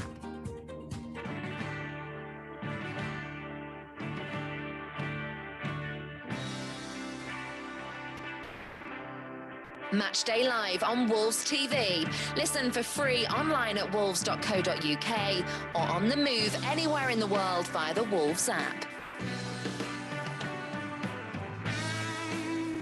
So half-time at Villa Park, Villa 0, Wolves 0. Villa undoubtedly with the best chances in that first period. What did you make of it, Sam Ricketts? If I'm honest, disappointing. I'm real disappointed watching the game. I don't think I've seen Wolves end play with any intensity. I just think they've been defending the whole half. Traore, I'm reading the paper today that Nuno's going to accept a lower offer than the 70 million and what last year. You do well to get 7 million for him at the minute. I've just been, apart from Neto, who looks our most dangerous player, but he's picking the ball up 30 yards inside his own half and trying to drive and take on the whole team. And he goes past 2 and 3, is left on his own. I've just been disappointed with him from an attacking sense. I've not seen anything, to be honest with you. Nothing at all. Carl Ikeme, do you share those thoughts? Yeah, I do. Unfortunately, yeah. I've been really disappointed. Just watching the game progress. We look a bit disjointed at times. Look really stretched at times as well, which is disappointing. And I don't know if we're wary of Villa's pace going forward, but going forward, it's kind of looks like give the ball to Neto and let's see what happens, or give the ball to Traore, see what happens. And it's not enough just to give the ball to them two and just think, carry on, score us a goal. You know, it needs to be backed up by good fullback play, good passing from the midfielders trying to break the box to get in the box as well to give us options. Sometimes I'm looking at us putting the ball in, and there's only Neto and Jose in there. I think been a bit sloppy at times as well. Been fortunate to get away with it. I think when a few passes been given away and Villa been in, Ali Watkins has been in our goal one-on-one with Cody where you don't really want that. And yeah, it's been disappointing. I don't feel like we're condensing the game enough. Sam, probably you might see a bit better from where you are being live, but Sam as well, I don't know what your thoughts on that. But we look really stretched as a team, and I feel like it's like the front three and the rest of the team going forward. And sometimes when we are losing the ball, they seem to be in on our back three pretty quickly. Nothing really seems to be working from a defensive point of view, unless the back five are in and Neto and Traore. We look open down the sides. They've made really good movement down the sides, which Tomo's alluded to, and Semedo's getting caught with balls just in behind him.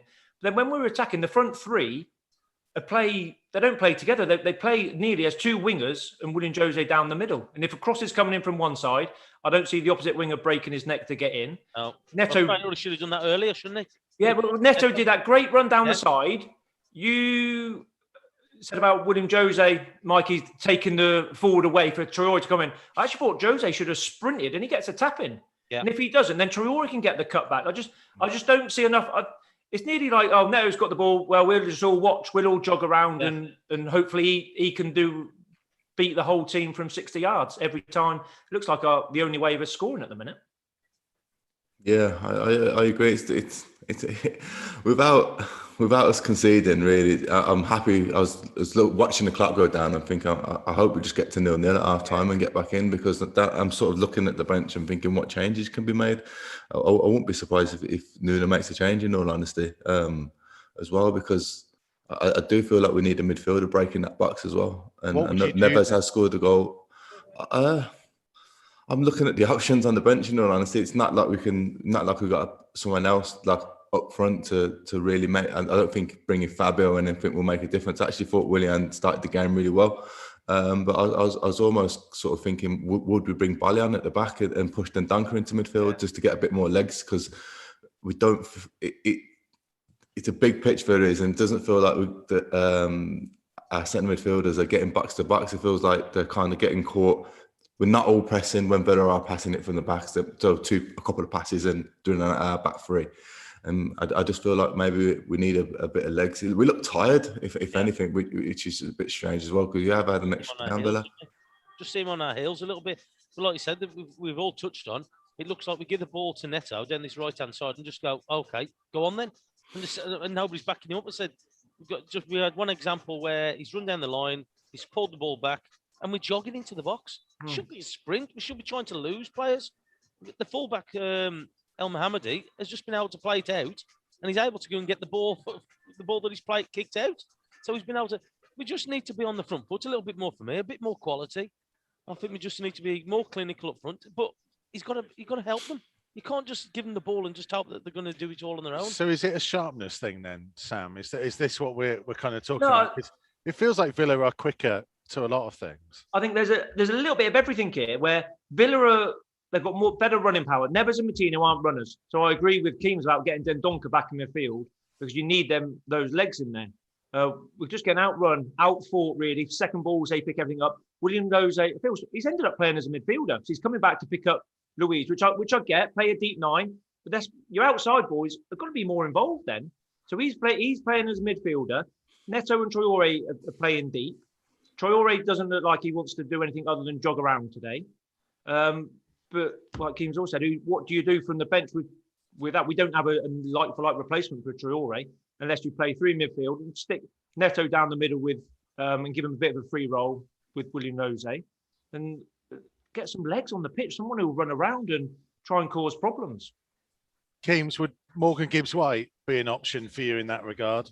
Possibly, yeah. I was looking at the bench and it was just because the game, I'm not saying it's stretched, but it just feels like we haven't had the legs, and this isn't all just to do with Neves and Moutinho. It's not like I'm saying it's like they can't get there without being able to overcommit to get forward. And I was looking at maybe Morgan, but then are the answers already on the pitch? I'd like to see more from our wingers as well when we're going forward. Yeah.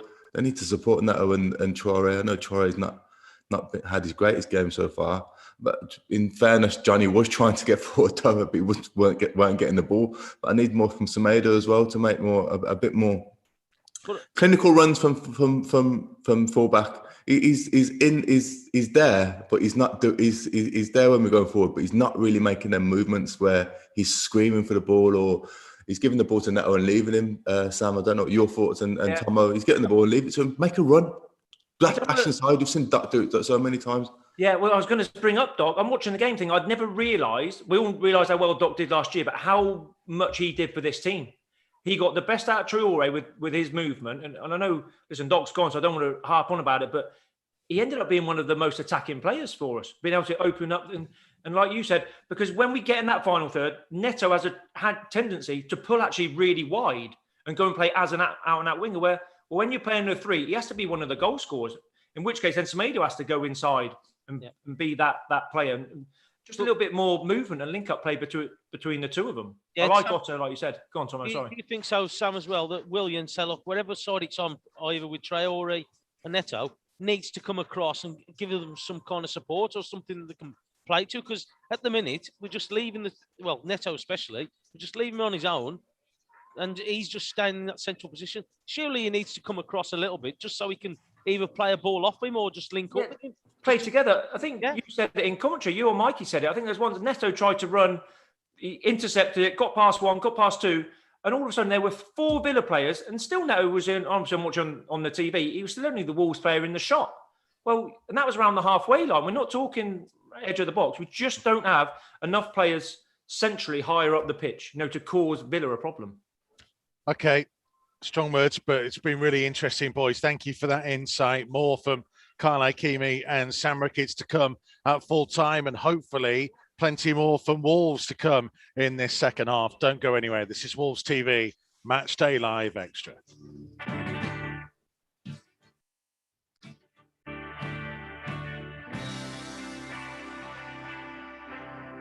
Matchday live on Wolves TV. Listen for free online at wolves.co.uk or on the move anywhere in the world via the Wolves app.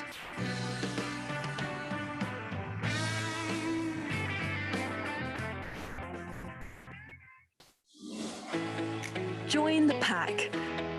Become a 2021 member online today. Whether you're a dribbler joining for the first time or an international fan supporting from afar. Being a Wolves member gets you an exclusive joining gift, £10 Megastore voucher, and exclusive offers from Wolves and our partners. For more information and to join, visit membership.wolves.co.uk. Wolves Lottery is committed to helping Wolverhampton and the local community improve, whilst giving fans the chance to win some fantastic money-can't-buy prizes, excellent Wolves experiences, as well as £1,800 given away every week. For more information and to sign up online, visit wolves.co.uk/Wolves-Lottery. We can't welcome you to the Wolves Megastore at the moment, but our online store is available 24/7. Visit shop.wolves.co.uk for huge savings on replica kits, training wear, and exclusive Wolves clothing ranges. Wolves TV, the home of live uninterrupted radio commentary of every single Wolves game. Here it is! Oh, you beauty! But that's not all. Wolves TV also brings you extended and alternative match highlights, interviews with the team, behind-the-scenes features and training coverage, plus see every goal Wolves score from every angle. The volley over the goal! That is simply stunning! So check out Wolves TV online at wolves.co.uk or on the move via the Wolves app.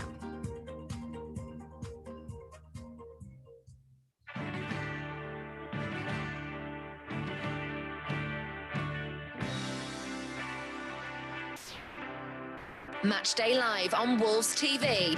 Listen for free online at wolves.co.uk or on the move anywhere in the world via the Wolves app. So Villa are back out for the second period.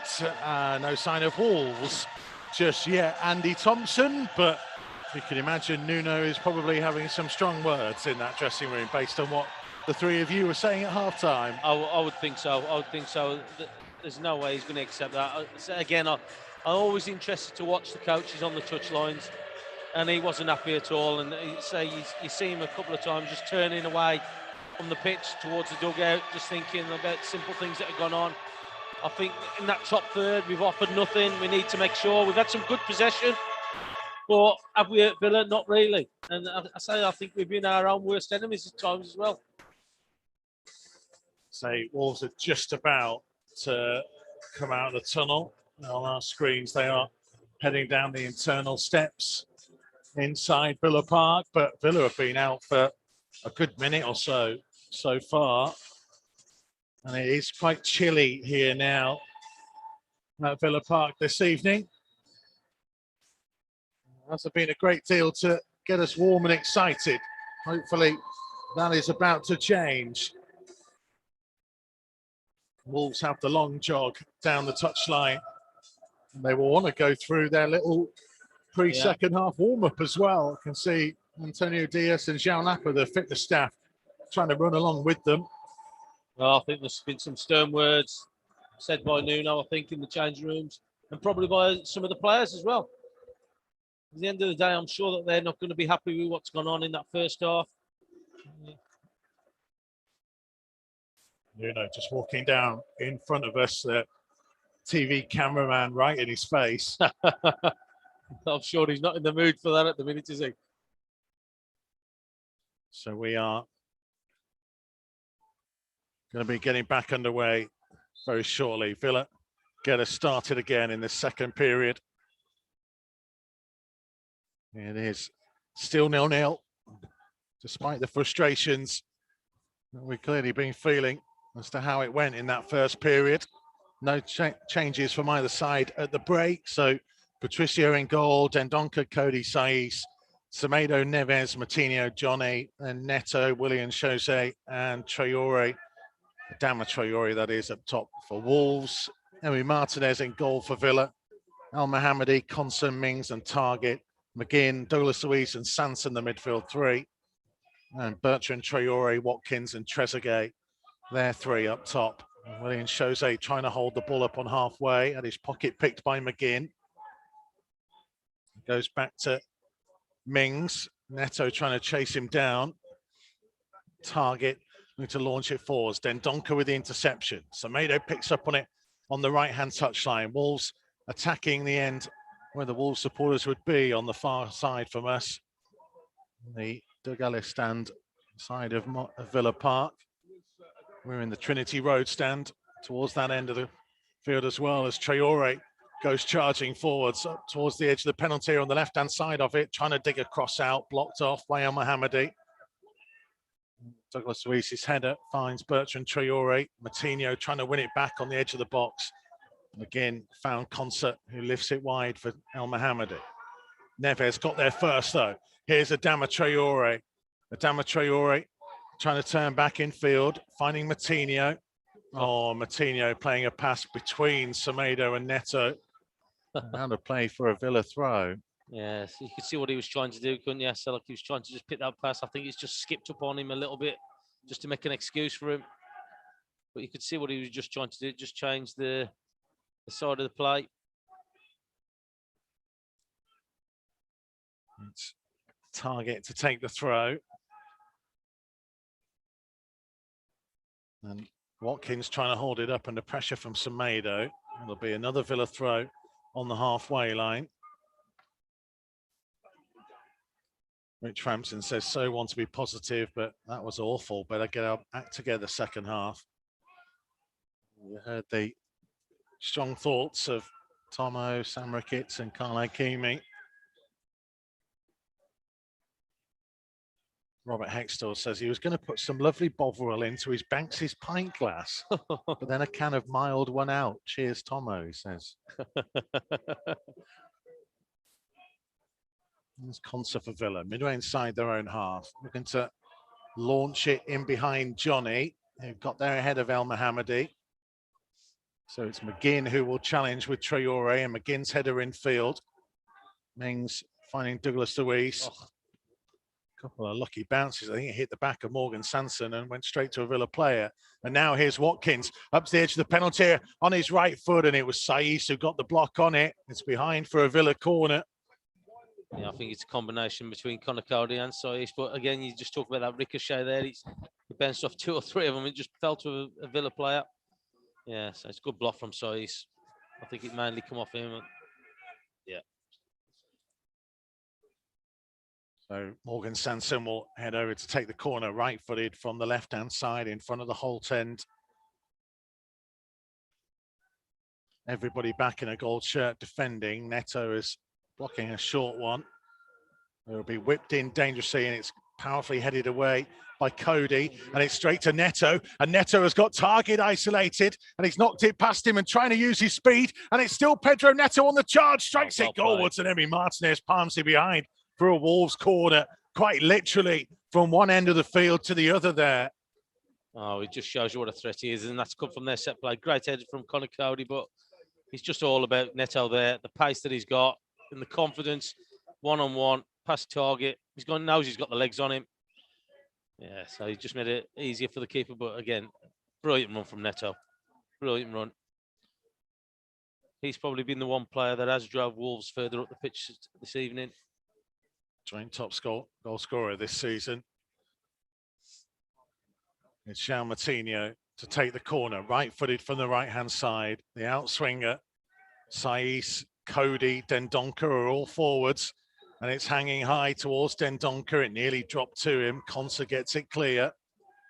Johnny and Semedo, the only two back, and Johnny dummied to go right and then turned left and waits for teammates to get themselves back into shape. Neves with a crossfield ball, intercepted by the head of Target, and he headed as far as Semedo.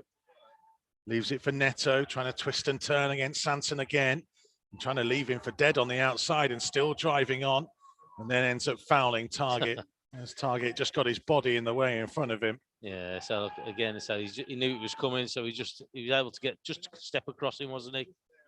Yeah, so Neto's just not having none of it, but he's been positive, hasn't he, Neto? Everything that's come to him, he's the one who wants to drive forward with the ball. He's a willing runner, isn't he, all the time? There's Emi Martinez. The right hand side of the penalty area to Concert. Back to Martinez. And Jose closing in. Pings it to the left-hand touchline to Target. Midway inside the Villa half. I think it'll be long before Villa look towards Ross Barkley. He was warming up strongly at half-time as Cody challenges with Watkins and referee points for a goal kick and nothing more. That's the way they play, isn't it, Villa? They're quite direct at times. But it's all about the quality. The quality of what they play down those flanks. So he's been really good. I hate to say it, but so look, it's been decent quality playing it. But the thing is, it makes a difference when they've got people up there who are willing to run beyond. And you've got Watkins up there who works the channels really well for him. But it was well done by Connor Cody there just to track him. Sam says, why are people drinking Bovril? It's Saturday, beer o'clock. Tomo will drink Bovril any time of the week, day or night, if he had chance. It's very nice. Traore just being to it by Mings. Al Mohammadi looking to launch it forwards. Saiz tugged down Watkins, nothing given. And fell backwards as he tried to clear. McGinn infield to Douglas Luiz. El Mohammadi wide for McGinn again on the right hand side. And El Mohammadi taking it on at speed. Infield to Sanson, blocked by Neto, but it went through to Watkins, and Saiz will put his foot through it from the edge of the box and just launch it downfield. Willian Jose is a very isolated figure at the moment. Yeah, so he's not had much of the players. He's not much gone up to him. Saiz nodding the ball down. Neves blocked off by El Mohammadi, trying to find Traore. 1-2 with Matinho and switch to the right-hand side to Semedo. Up over the halfway line come Wolves. Neto on the right-hand side, 30 yards from goal, cutting infield. Semedo has already gone past him. It goes back infield to Matinho. Now Neves. Trying to switch it wide again for Pedro Neto. There's only Willian Jose in the penalty area as Neto tries to go on the outside. Right-footed cross. Traore was arriving. Comes out to Neves to strike it on the volley. And that's a long way high and wide and behind for a goal kick. But that's better. It's better. At least Neto says he's gone on the outside, then his right-hand side. Great ball in. Yes. So he's unlucky Neves, just on the edge. But that's where at least they're starting to push forward a little bit more, starting to offer that little bit more in that top third. Just need to get Traore firing a little bit. So can we bring Willian into the game a little bit more as well? Concert for Emi Martinez. At least Wolves have tested a former Wolves goalkeeper in this second half. But at least there's been a little bit better in that top third, haven't they? So we never really saw that in the first half. This is Mings to his central defensive partner Concert, deep inside the Villa half. Infield to Sanson, back to Tyrone Mings. Now trying to find Watkins, who popped up on the left-hand side. Flicked it to Target, span, and then went and got the return pass and looking to drive on again. Infield to Sanson. Back to Target, midway inside the Wolves half this time.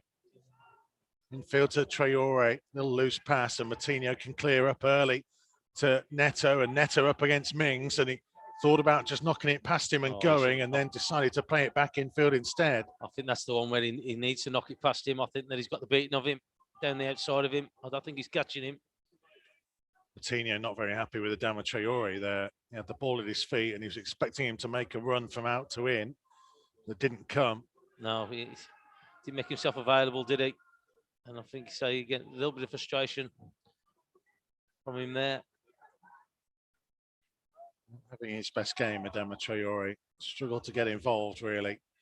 Here he is now from Connor Cody's pass. Looking to cut in field. Just plays it backwards 5 yards to Matinho. Low across the centre circle for Dendoncker. Dendoncker back in field to João Matinho. He's got Johnny ahead of him. It's blocked off by McGinn. Dendoncker first to the loose ball. To Neves, back to Cody, just short of the centre circle. 10 minutes gone in the second half. Cody with a good pass to find the feet of Johnny. Wide here to Traore. Traore just over 10 yards from the corner flag, cutting back on his right foot, lifting across high to the far post, and that came off a Villa head and will be a Wolves corner. I thought they both missed it then. I thought it was just going to fall for Neto. It's a good ball in from Traore. I thought they were just going to both miss it. Wolves had numbers in the penalty area for a change. Yeah. And it's a decent ball from Traore. That's what we want from him, that quality. But he's just looking at that as there. Oh. He's clean in, Neto, if they'd missed it. Well, Martinho will look to take. Villa 0, Wolves 0. 56 minutes played. I think we're going to see Barkley on, I think. Sorting his boots out just below us. Neto and Traore have both gone over towards João Martinho. Neto is stood in front of target, blocking his view. And at the minute, he'd be blocking the ball into the penalty area, where Cody is amongst those waiting. It goes short to Neto. Onto his left foot, whipping his cross in. It's Cody! Oh, it's off the post and then over the top of the crossbar with a follow-up. Oh, my word, what a chance. Saiss, wasn't it? Romain Saiss from 2 yards out. Can't be much more than that. It was neatly worked, this from Wolves. Pedro Neto's cross, and nobody picked up Connor Cody.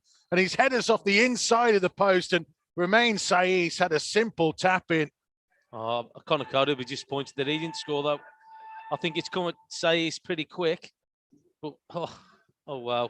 How have they not scored? No, I don't know. Connor Cody must have thought he'd scored. And then Saiss must have thought he'd scored. But this is better. This is better from Wolves. Well, he waited 1,046 days between Wolves goals, Connor Cody, and he nearly had 2 in a week. Remarkable. Wow, so again, quality ball in from Neto, though, wasn't it? Just a teasing cross from him, just swinging in. El Mohammadi up to halfway to Sanson. Concert holding on to possession. Now for Morgan Sanson, just short of halfway. Couple yards in from the right-hand touchline. Bertrand Traore back for Mings. No doubt about it, Wolves have been better second period. More of a threat going forwards. Well, that's what we wanted, wasn't it?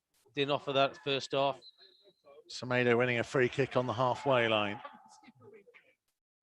I mean, those are the kind of moments you just need to go for you. Yeah. And Romain Saiss will not want to view that again. Well, the two of them, Connor Cody's header, that could have just gone on the inside of the post and gone in. And the one to Saiss, I'm going to defend him a little bit. Maybe it might come to him a little bit fast. But he'll be disappointed he didn't score. Wolves getting a throw just short of halfway on their left-hand side. Tomo is being generous. I am being generous. Many listening and watching that won't be. That's the game, isn't it, really? Yeah, it is. Well, it's fine margins, what we say. Connor Cody's header, if that's just a fraction inside more of the post, it's in. And I say, if Saiss wasn't falling over, he could have scored it. So it's Semedo on down the line for Neto. He's drawn Mings out towards the corner flag. Support here from Nelson Semedo. Backwards to João Martinho. Wide again to Pedro Neto. He'll set himself on his left foot, trying to cross. It was deflected, and they're appealing for a handball. And the referee is signalling, and it will be a free kick just outside the penalty area. Well, I think it's the assistant referee that's actually flagged for it, because the referee made no gesture. So the assistant referee started waving his flag. It was. Yeah, he's got his hand up. Oh, now then. Well, his jump lands outside the penalty area. But is he over the line when he does that? He might have been in the penalty area. Trezeguet. From the replays that we're watching, he might have been in the area and then he's jumped outside the box.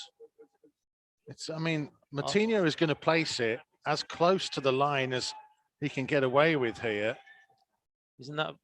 I'll tell you what. Possibly a penalty for me. Certainly not as far. I mean, that's pretty much where he landed, not where it hit him. Well, he's jumped across the box, hasn't he? He's gone over the top of the box.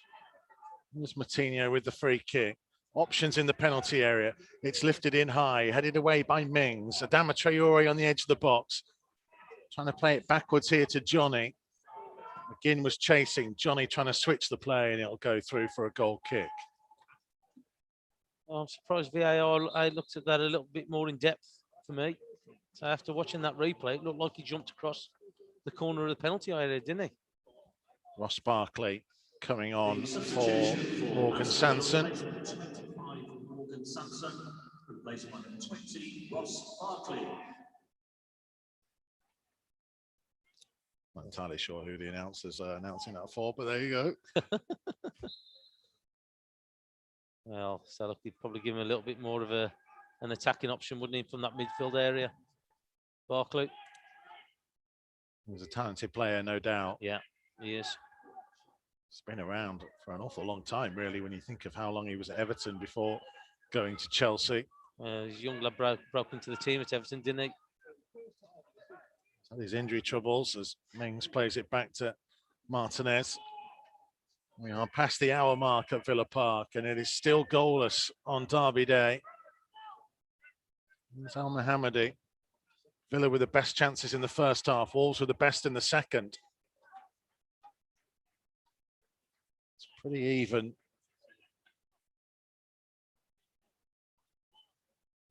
There's Al Mohammadi again.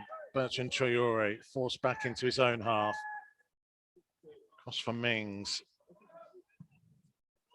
There's that ball again, isn't it? 1-1 that Dendoncker wants to see behind, and he will get the free kick. Yeah. Off Trezeguet. He's probably still pleading from that one where he won the foot in the first half. He's probably still arguing with that one. He just liked him. He's cuddling him, wasn't he? It's a friendly game. It's not particularly friendly on Derby Day. No, I was being a bit sarcastic. You never. Yeah. Old Bovril boy over there. Neves trying to lift it on for Neto. Targets clearance. Barkley missed it. Semedo's touch was too heavy. Villa throw midway inside their own half. Yeah, just for me, they've just got to keep on the front foot now. I think they've done better in this second half, and they've actually asked a lot more of Aston Villa's defence. Bolly is back out warming up down in front of us. Alongside Morgan Gibbs-White and Ryan Aït-Nouri. Might just be stretching himself out, or maybe also thinking about tweaking something. A header infield by McGinn. Cody intercepted. Sai's clearing over halfway. Traore trying to get the better of El Mohammadi, and he's done well. And he's got Johnny racing up on the outside, but he'll try and drive through the middle himself. And he's played an inviting ball to Semedo, who just hesitated. He will keep it in 5 yards from the corner flag. Backwards to Neto. And then further back to Dendoncker. Neto again midway inside the Villa half. Now for Neves. Wide to Semedo. Dragged the ball back and fed it infield to Neto. Now finds Moutinho. Moutinho being crowded out by two Villa players. Had to go back to Sai's, who's just evaded Bertrand Traore to whip it wide to Johnny. Johnny looking to drive El Mohammadi on his right foot, a low cross, and it was behind Willian Jose and nobody else arriving. No, sound like just a little bit static there, wasn't they? Just I've always said it about having a gamble. Have a go. Be on the front foot, because I think that the only way you get goals sometimes is just by trying to gamble it, trying to read what's going to happen. Put you on the front foot. That's what you and the boys were talking about at half time, where if you've got a player out wide about to cross it, get in there. Players from the other side need to be busting a gut to get in there. Yeah, I was going to say, you get yourself a goal. So look, we've seen it a few times where the players just standing outside the box when the ball's going across. Barkley, well tackled Neves. by Neves on halfway. Neto turning and running away from Ross Barkley, and infield now to Willian Jose, who's just trying to hold it up and finds Neves, who gets it to the feet of Traore. Traore has options to his left, one of which is Johnny here. Johnny for Neto. Neto infield to João Moutinho. Now for Johnny. Adama Traore at his back. Johnny back to goal. Tried to play it wide for Neto, and it was too much on it. Hits the corner flag and will be a throw, though. Yeah, just keep him down here.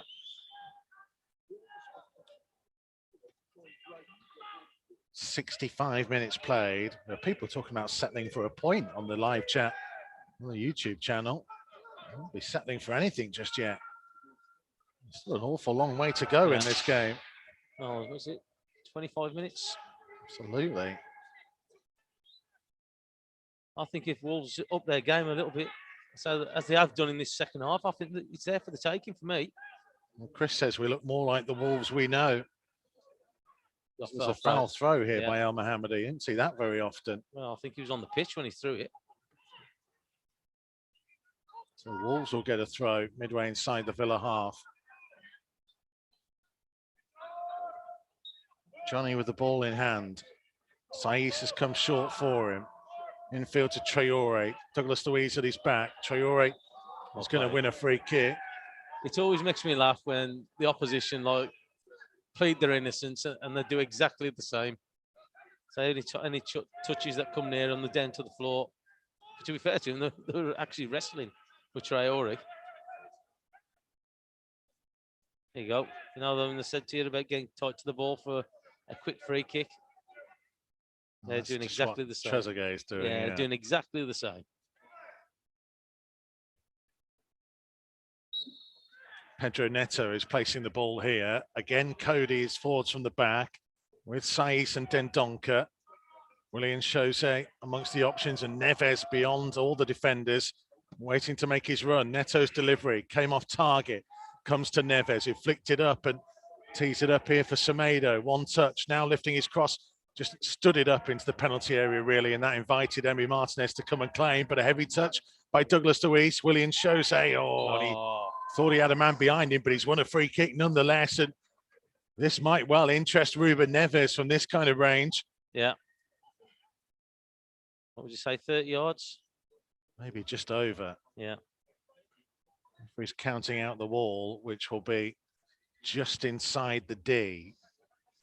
It's ever so slightly to the left of centre as you look towards goal.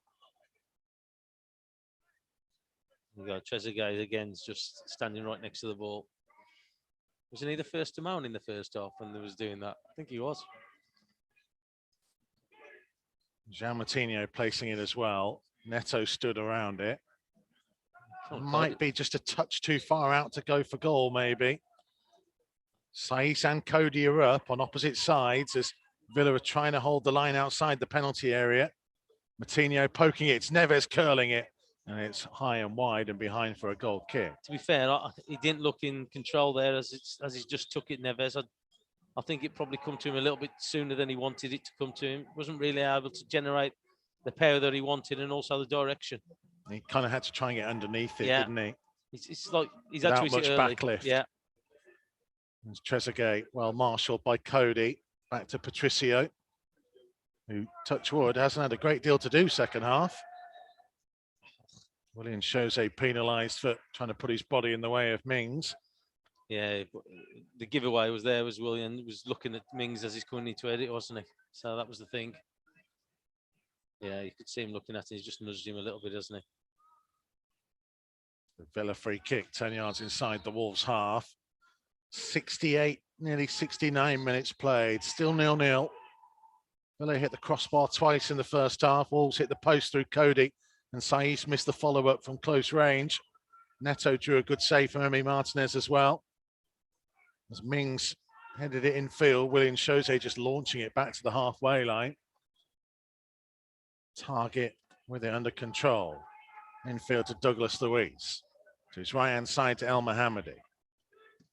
Trying to play it deep in behind for the run of Mings, but Saiss read it. Back to Patricio. It was awkward, it was bobbling, and Patricio did well just to get a bit of distance on that clearance. Adama Traore has won the physical battle here. He's infield towards Willian Jose, who teased it up for Neves. He thought Johnny was going, didn't he?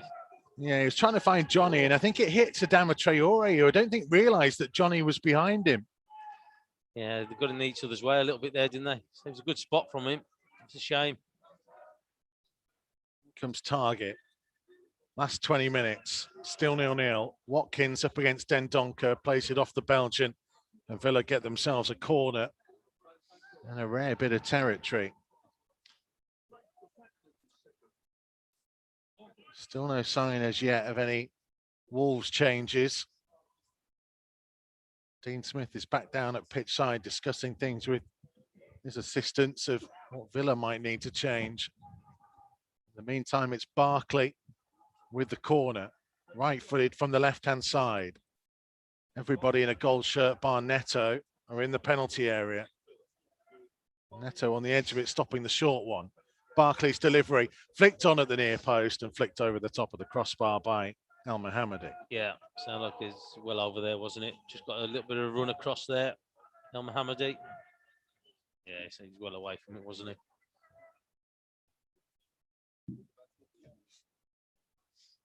But it has been much better from Wolves in this second half, hasn't it? So a little more of a threat. Say Traore's coming to it a little bit more. I'd still like to see more from him. But it has been better. They've been more advanced up the field for me. 19 minutes left to play. Is there going to be a goal to break the deadlock?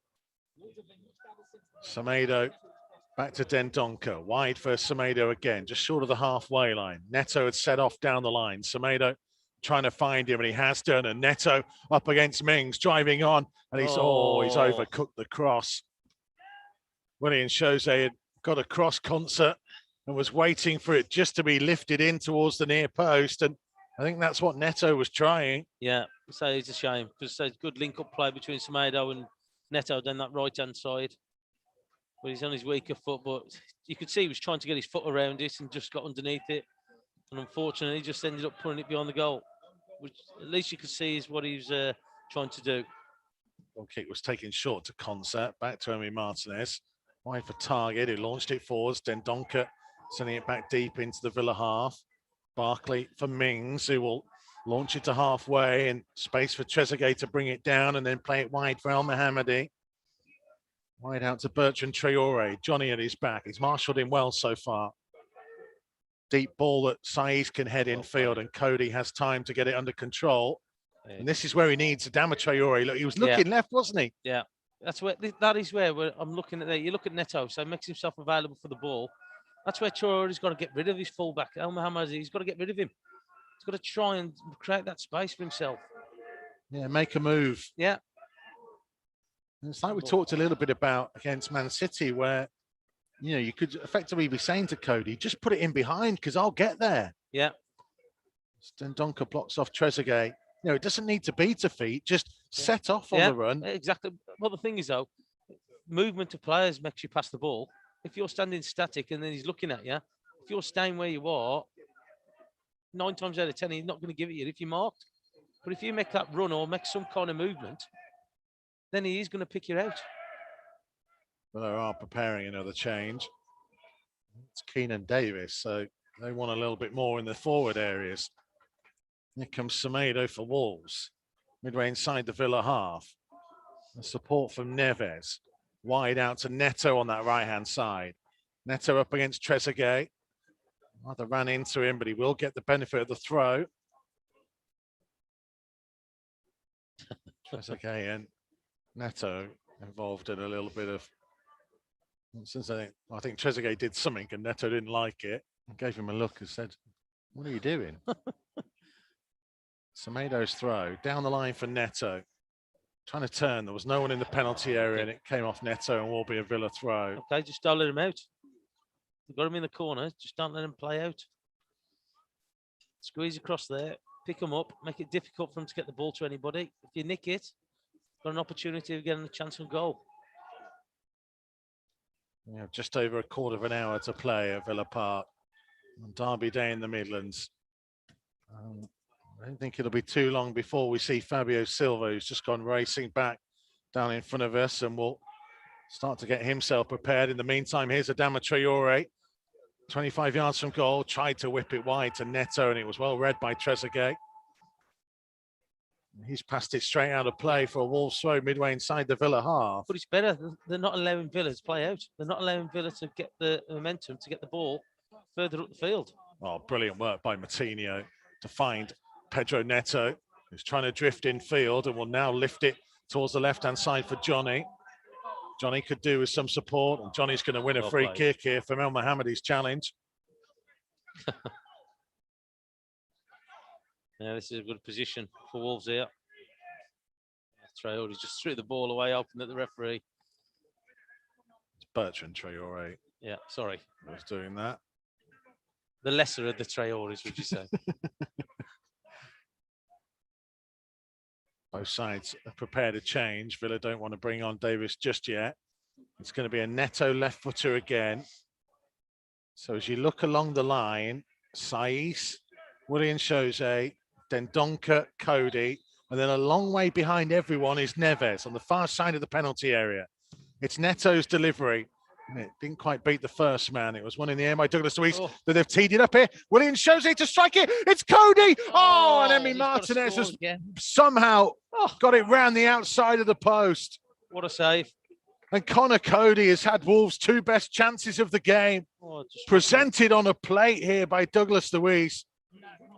And it's deflected into his path. And Cody's trying to spin and just hook it goalwards. Oh, what a save that is. Oh. Connor Cody, don't understand how he's missed. Martinho with the corner, right-footed from the right-hand side. It's a high-hanging delivery. It's Consa's headed to the edge of the box.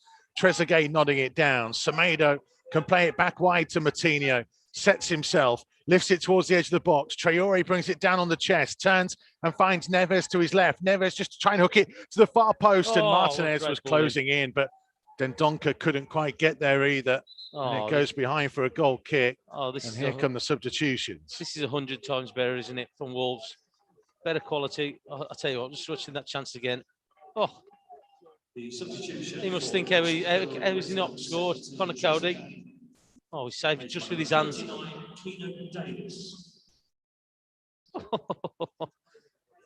Trezeguet is going off. So Villa, another big forward on. And Willian Jose is coming off for Fabio Silva. Well, you just hope that they don't come back and bite you down to those chances what they've missed, because they've been some good chances. Connor Cody having two of the best chances in the game. So Fabio Silva on. Can he make a name for himself? He scored on one derby day already. He will be hoping for another. Here's Adama Traore. He's come a little bit more alive. Yes, he's done. Well, that's what we needed. We needed to be firing on both wings, not just Neto. And he's done a little bit better in the second half.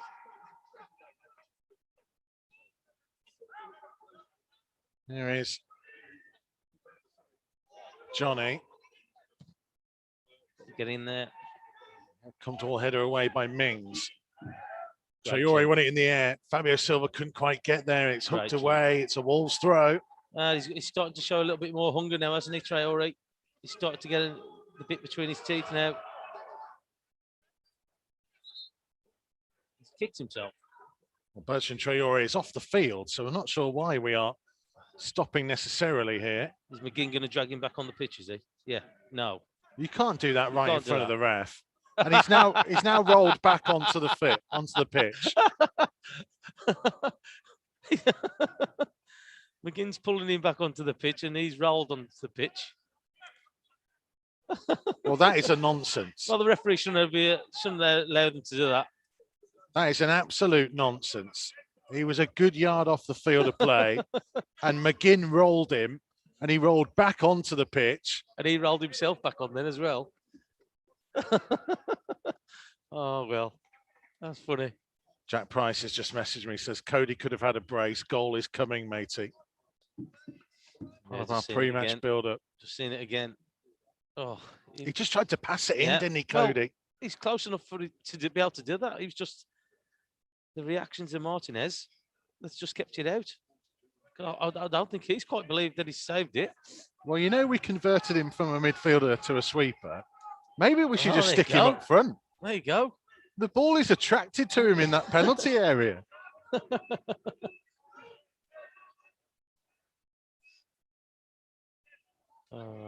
Back and away. Wolves had to go backwards. I'm still laughing at him rolling off onto the pitch. Well, realistically, there should have been something done there by Andy Madley. Here's Semedo on the right-hand side. We have 10 minutes to play. Are Wolves going to find the breakthrough? goalless as it stands at Villa Park. Ramsey is being prepared by Villa. McGinn stole it from Adama Traore. Davis giving chase. Cody there first and playing it back in field. Cody was cluttered into, I think, by Keenan Davis. He did. So if he left his mark there a little bit on him. But well read by him, though, Connor Cody. Martinho trying to lift it high towards Neto. Target went in the air. It'll drop to Semedo, and Neto has gone down, holding his head, I think. And they will stop play so the Wolves man can get a bit of treatment. Jacob Ramsey waiting to come on for Villa. We have 9 minutes left. Is there going to be somebody to step up and make themselves a hero on Derby Day? Yeah, so it's minimal, isn't it? The contact from target on Neto's face. Well,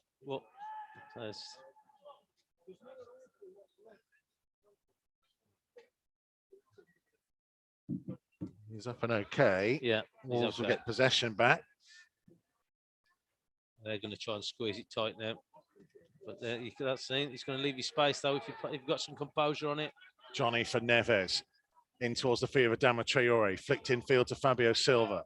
Back to Saiz on halfway. Saiz looking to switch it out towards Semedo. Lovely ball by Romain Saiz. Semedo for Neto. Neto cutting back onto his left foot. Now trying to stand across up to the far side of the box. It was won in the air by El Mohammadi. Traore trying to use his strength, but El Mohammadi gets there. Johnny putting pressure on, and a free kick's being given against Adama Traore. I didn't think there was a foul there at all. Shoulder to shoulder. There's nothing wrong with it. It allows Villa to clear the ball. Bertrand Traore going off and Jacob Ramsey coming on. A little bit more of a defensive change from Villa.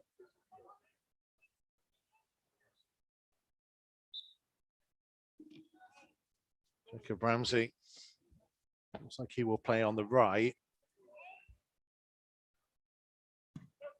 Barkley on the left and McGinn and Douglas Luiz mainly the central midfielders. Douglas Luiz's header forwards, Ramsey. Johnny trying to get there ahead of him. Ball's come to McGinn. Blocked off by Saiz. Well played. Douglas Luiz forwards, blocked by Neves this time. Barkley in the middle of the Wolves half. The left-hand side to target.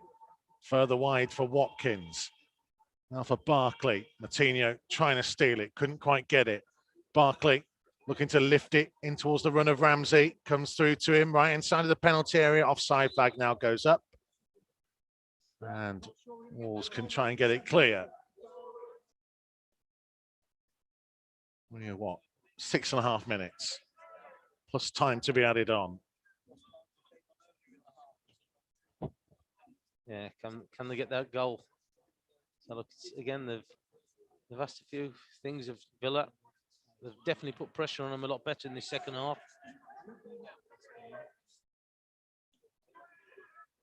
Yeah, I think you have to say Wolves have been the better team second half. Well, they have. Absolutely. Neves trying to ping one wide for Neto. As critical as we were of the first half performance, we've got to give credit for the second. Yeah, we have. And so I just think that the quality's been better in that top third. I think that we've looked more of a threat. Traore's coming to it a little bit more. So look, Neto has continued what he did in that first half. We've had some good chances. Coutinho back to Cody inside his own half to his right hand side to Dendoncker. Oh, a heavy touch by Dendoncker. They allowed Watkins to nip in. Davis. There's Neves trying to get back with him and Dendoncker as well. Semedo now joining in. And across comes Neves with a big block challenge and Wolves get the throw. Well, if he got out of that, 3 players there Wolves had around him. Unfortunately, they got away with it. Again, we just got to stop getting rid of, get rid of those little sloppy moments that we have in the game. Nazir says, come on, lads, we can steal this. 5 minutes remaining, plus time to be added on. Concert. A little push in the back by Fabio Silva. It was Neves who won it cleanly, but Fabio Silva right in front of the referee. Camera's still going to Jack Grealish in the stand, who's not even watching. He's just on his phone. Yeah, he's playing on a game or something. Or something. Yeah. Oh, he's not. Don't look, he's too interested in the game by the look of it. Someone needs to tell him how to wear a face mask as well. Look at that. Martinez ready to launch it forwards. 4.5 minutes left of the 90. Big high diagonal ball to the edge of the box. Adama Traore climbed highest. Neves with a flick on. Will come to Neto, who played it nicely for Fabio Silva. And Fabio Silva, he looks up. He's got support through the middle. Still going, the youngster. Konsa is there with him, and he turns into trouble. But he's won a free kick here, Fabio Silva. And Ezri Konsa is fuming, but that's excellent work by the young man. Well, it's good link-up play initially by even Neto, wasn't it? A little flick from him. But it's good running. Driving forward. Yeah, he grabs hold of his shirt, doesn't he? Yeah, well, it's clear, isn't it? Just watch it on the replay, yeah. Just pulled him down, hasn't he? Yeah, you can see what he's done. Well, it's not too a similar position from where Conor Cody nearly scored. And he and Neves are stood the furthest point away, with only really Watkins marking them. And Neves has wisely gone in on Watkins, so Cody is the unmarked man at the far post. Remember visions of Ryan Bennett away at Bristol City in the Championship. Yeah. It's Neto's delivery. He's gone for goal, and it strains the arms of Emi Martinez. Well, with the way that Martinez is playing, it's going to take something to beat him from there. Well, El Mohamed has just kicked it in the touch. Wolves want to get on with it, but there's still another ball on the field. Yeah, got to get it off. Patricio's going to have to kick it off, I think. Just over 2.5 minutes left. I don't think there's going to be any more changes from Wolves. This might be it. Moutinho to Johnny. Under pressure from McGinn. They somehow come away with the ball. There's a tackle come in from Davis, and then all of a sudden it's just ended up at his feet. Well, Johnny was half appealing to the ref, and then a poor kick out by Patricio. And then he realised he still had the ball. There's Target for Villa, left-hand side. Watkins down the line for Target again. Whips his cross to the edge of the box. It's Johnny with a header away, and Adama Traore. He's got El Mohamedi with him, but Johnny has already run on the overlap, and that's drawn El Mohamedi away. Yeah, so look, he just needed to leave him, didn't he?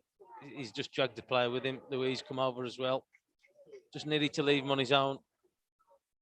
Neves, good forward pass, 10 yards to find Neto.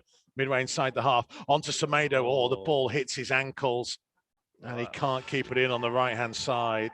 Oh, that was looking good then as well, wasn't it? Because he was in and just missed it, didn't it? And it's just come off his standing foot. And then you're going out for a throw-in. 90 seconds remain of the 90. Still Villa 0, Wolves 0. Is there to be a late bit of drama at Villa Park? There was at Molineux earlier this season. The Wolves about to repay the favour. Well, Neves nodding down for Semedo. Lifted in towards Fabio Silva. Semedo couldn't control. Ramsey played it back to Emi Martinez. Ramsey. Johnny closed right in on him. Comes back to El Mohamedi. Will be intercepted, the long ball by Saiz. Moutinho down for Dendoncker. Wide for Semedo here. Just on halfway. We'll go back infield to Dendoncker. Now to Conor Cody. Cody looking to switch it high out towards Semedo, just too high for him. And now to play for a Villa throw. They've got on with things quickly, and Semedo was asleep there. And Watkins having to run forwards. Neves trying to get back with him, and it's Watkins up towards the edge of the box and still driving on, and fizzed a low cross in that was turned behind by Cody for a Villa corner. Well, it was late on when they got the penalty, wasn't it, Villa? That game at the Molineux. Don't want to make the same mistake again. Barkley with it, right-footed from the left-hand side. Last couple of seconds. Referee's going back to check on Mings, who has a problem. It's his knee, isn't it? Just the back of his knee. He's holding. And Villa have made all their substitutions as 3 minutes goes up on the fourth official's board. And now Mings is going to go down and ask for treatment. So that 3 minutes will be extended. Is there to be something more in this game? Well, it's quite remarkable that it's 0-0. Yeah, it is, because both teams have had chances. They had chances in the first half. We've had them in the second half. But again, let's hope that we can see a replica of the breakaway with Neto again. Oh, he's just come down on his leg, hasn't he? Just come down, I think. Just extended his leg as he landed. Well, Mings still getting treatment. Same will have more of the thoughts of Sam Ricketts and Carl Ikeme after the game, so make sure you stay with us. As this says, come on, Wolves, we can win this. Chris says we need to get the ball out past Mings. Just drive at him. Neto or Traore, whoever gets it first. Yeah, he's had a couple of chances, hasn't he, Neto, and he's checked back. I thought that, especially the one, I thought he was going to drive forward and get past him. But it's been a total different second half, hasn't it? The way that they've played. They've looked more positive. They've passed it really well. They've created opportunities, apart from the keeper making a couple of good saves, Martinez. Wolves could be well in front. Well, Emi Martinez was man of the match in the game at Molyneux he was. this season. Well, that tells you everything again, doesn't it? I think that he won't be far off again today. Because I'm sure they'll be looking at that save from Conor Cody. So Mings going off on the far side, so he clearly will want to come back on. So technically, we've played 2 minutes of added on time, but we still have, in theory, 3 minutes to play. Barkley's corner, right-footed from the left-hand side. It was headed by Cody, came to the far post. Watkins striking, somehow kept out and then fired wide by Concert. Massive opportunity for Villa. Best one of the second half for the home side. Well, I'll tell you what, I think it's a great save. I think it's Watkins, is it? The shot? I think the shot from Patricio. Good save. Oh, I'll tell you what, though. Didn't Saiz do well? I think Saiz put Concert off. He just went sprinting out to him. Fabio Silva as well, closing in as Villa look to snatch it. Fabio Silva trying to flick on. It'll be put deep into the Wolves half again. Cody let it bounce and then hooks it high out wide towards Neto, heads it back in field. Douglas Luiz to nod it forwards towards Keenan Davis. Dendoncker wins in the air. Forwards by Douglas Luiz again. Saiz just to clear it forwards. Mings back on and launching it into the Wolves half. Saiz on. Moutinho forwards. It's going to come through to Johnny here. Johnny driving on. Sliding challenge is going to come in from Concert. It'll be a Wolves throw. Yeah, just needed a little bit of a break there, didn't we? Concert was always coming across. Can they do this? Can they steal it? We've still got a good 2 minutes left to play. Maybe slightly under. Johnny with the throw. Moutinho, Traore and Fabio Silva around him. Moutinho back to Johnny on his right foot, looking infield. Now for João Moutinho. For Saiz, it was a little bit short, but Saiz managed to find Adama Traore. Looked like a handball in there, but Traore is continuing on and going on the outside of El Mohammadi and standing across up to the far post. Neves was nearly closing in on it. Oh, it's going to fail against a free Neves. kick against Ruben Neves for his challenge on target. Yeah, on target, yeah. It's a great ball. Just hanging up there from Traore. Yeah, it's a great ball. That's not a foul. No, he's just jumped with him. I think this will be the final minute. Yeah. Well, I don't know where he's taking it from. Yeah, Emi Martinez appearing to take it from the edge of the penalty area pretty much. Back post, wasn't he? And the referee's just telling him to get on with it. Oh. What is it, 15 yards forward than it was? Unbelievable. Big kick up towards Watkins, who wins in the air ahead of Semedo. Davis down to Ollie Watkins. Now to Barkley. Little back heel in behind. Keenan Davis chasing. Saiz sliding in. Excellent bit of defending from Romain Saiz. He clears it forwards. Target is there ahead of Neto, though. Danger not fully clear. Saiz is still over that side, and he's hooked it high towards halfway. And the final whistle goes, and they could not be separated at Villa Park. The home side hit the crossbar twice inside the opening 15 minutes through Ollie Watkins and Esri Concert. Wolves came back into it in the second period. Connor Cody hitting the post and then forcing an excellent save by Emi Martinez. And when Cody hit the post, the ball rebounded to Romain Saiz, but it hit him on the right shin and went over the top of the crossbar. Wolves and Villa will both feel like they had the chances to win this game. And in the end, they will have to settle for a share of the points. It finished at Villa Park, Villa 0, Wolves 0, and bragging rights for both sides of the West Midlands. Yeah, so I think that look, the game of two halves, wasn't it? Villa had most of the play, had the good chances in the first half, hitting the woodwork twice. So Wolves definitely up the game in that second half. It looked a lot more fluent going forward, pushed them really well, but unfortunately just couldn't get the goal. Connor Cody, of all people, had a couple of chances, but again, it's probably a fair result over the 90 minutes with both teams having strong halves. But again, that's what they've got to do for all the game, not just one half for me. Yeah, it's one of those, isn't it, where Villa undoubtedly the better team in the first period, Wolves the better team in the second. Neither side could make a breakthrough. We'll get more from Tomo and the thoughts of Carl Ikeme and Sam Ricketts here on Matchday Live Extra in a couple of minutes' time. Don't go anywhere.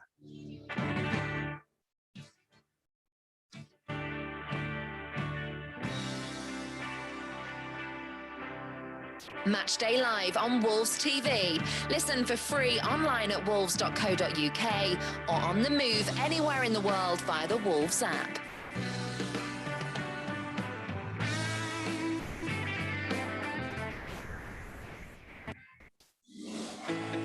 Join the pack. Become a 2021 member online today. Whether you're a dribbler joining for the first time or an international fan supporting from afar. Being a Wolves member gets you an exclusive joining gift, £10 Megastore voucher, and exclusive offers from Wolves and our partners. For more information and to join, visit membership.wolves.co.uk.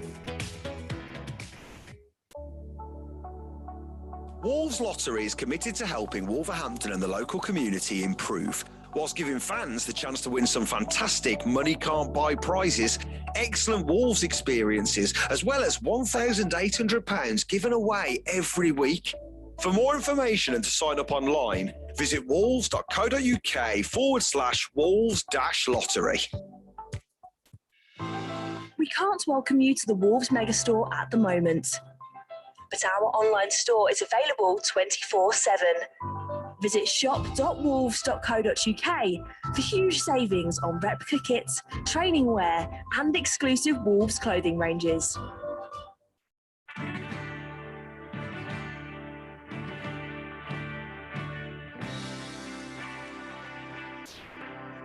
Matchday Live on Wolves TV. Listen for free online at wolves.co.uk or on the move anywhere in the world via the Wolves app. Full time at Villa Park then on Derby Day in the West Midlands. It finished Aston Villa 0, Wolverhampton Wanderers 0. That second half, let me just run you through some of the stats. Second half alone, Wolves 54% possession.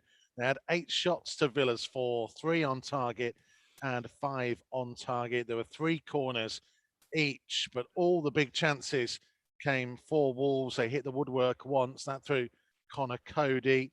Passing wise, 82% pass success rate in that second period compared to Aston Villa's 73. In terms of the game overall, Wolves just edging possession 51-49, but 11 efforts on goal to Villa's 9. Let's go to our pundits then, because we were quite vocal with what needed to change at half time. I'll come to Carl Ikeme first this time. Did you see what you wanted to see? Were you happy with the way things went in the end? Yeah, definitely. I think what we were calling for at half time, a little bit more intensity, a little bit more support going forward with the attacking players, and more chances created, and we got that. And on the chances and the balance of play, I feel that they'll be disappointed not to go away with the victory. undoubtedly, Sam Ricketts, that it's one of those crazy situations where Wolves' best chances fell to Connor Cody, who has become like a magnet to the ball in that penalty area. He took the words out of my mouth. He's a magnet in there, isn't he? Much better second half. The whole team were probably 30 yards higher up the pitch. So therefore, then you're going to create more chances. The chances you're creating there falling to Codes is from a corner, winning a corner, free kicks. Getting more players up the pitch, you will cause more pressure, more set piece opportunities. And ultimately, like Kim said there, we had the better chances. Another day, Connor probably should score his header. The second one, he was just unlucky, instinct.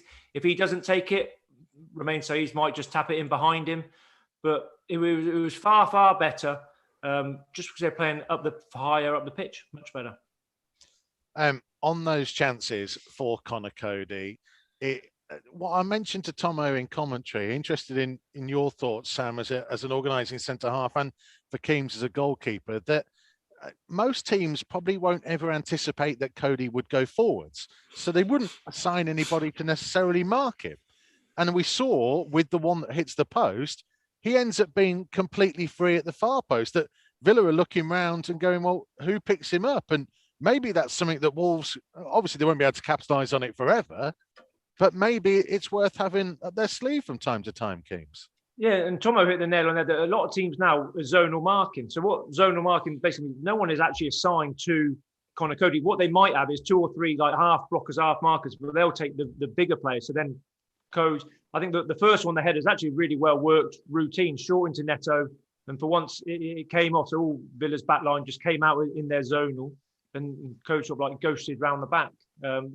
Good header, unlucky. Chance just came quickly for Saiz.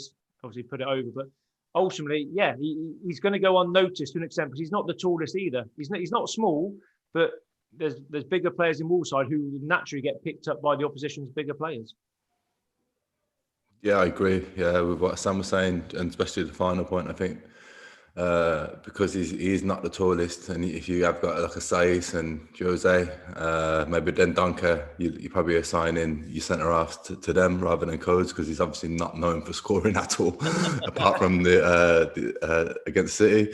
So, and obviously for England, he scores for England, don't he? But yeah, he's not a known threat, and like you said, he won't go unnoticed for too long. But it's something that maybe Wolves can have up their sleeve, manipulate plays to try and maybe get him around the back post as they did for his header as well, and just maybe be a bit creative, because we're not the tallest team as well. I think without a Bali in there, you've not got a real stature figure who's you really think's a real threat. Saiz is good in the box though, but yeah, we're not blessed with abundance of height everywhere. So I think it's just about being clever and manipulating the space. I think he obviously be disappointed with the header, like, for that not to go in. And I agree, the second chance was just an instinct and a good save from Memmi. Apparently Connor Cody has just said on one of his TV interviews that he should definitely have got 2 goals today. That's the striker coming out with him. He's a new Neves, isn't he? Goes so long without scoring, now he's the main man. He's an attacking sweeper now. I mean, I thought Connor Cody was strong throughout most of the game, and actually give credit to the 3 centre halves, because we talked about them having to do an awful lot of work, Sam, in the first half, and actually at the second they still, they won an awful lot in the air. Dendoncker recovered from where he looked like he was injured first half, and you wouldn't have known it second. They did all right defensively, those 3. For 3 midfielders, I think they're doing really, really well. So it's naturally with the ball, but I still really want Willy Bolly to be back in. I think he certainly helps the team and lifts them aerially, presence, and he's a natural defender. But for 3 midfielders, I know Code has been there now, so I'm not going to call him midfielder anymore. He's a sweeper, and he's one of the best about doing it. Saiz has got better the more he's played the back 3, but then Donker's basically filling in. I think they do really well. None of them will be happy in 1v1 situations, but they do enough. Codes and Saiz, they just get blocks in enough to stop the opposition efforts. But Watkins is a player who's lively. Obviously, he hit the crossbar early on. He looks dangerous every time he got Connor Cody squared up. It wasn't a nice feeling. I felt like he had a beating of Codes and then 1v1 situations. but ultimately a clean sheet. The defenders can walk off. We spoke to coach about it before, and they can sit down in the dressing room now and be happy with their job. They did what they were expected to do and kept another clean sheet. Yeah, I think they're all honest enough at now. I think I know we can't talk about Coase because he's played there for a while now, but the Dunker's honest enough to do a job. And although he probably wants to be in midfield, I can imagine. And Saiz has probably played more there than in midfield of late as well, but they're honest enough. They'll always give 100%. And while they don't really want to get isolated 1v1, especially Dendoncker as well, not being as natural there, you'll always get 100% effort out of them, won't you?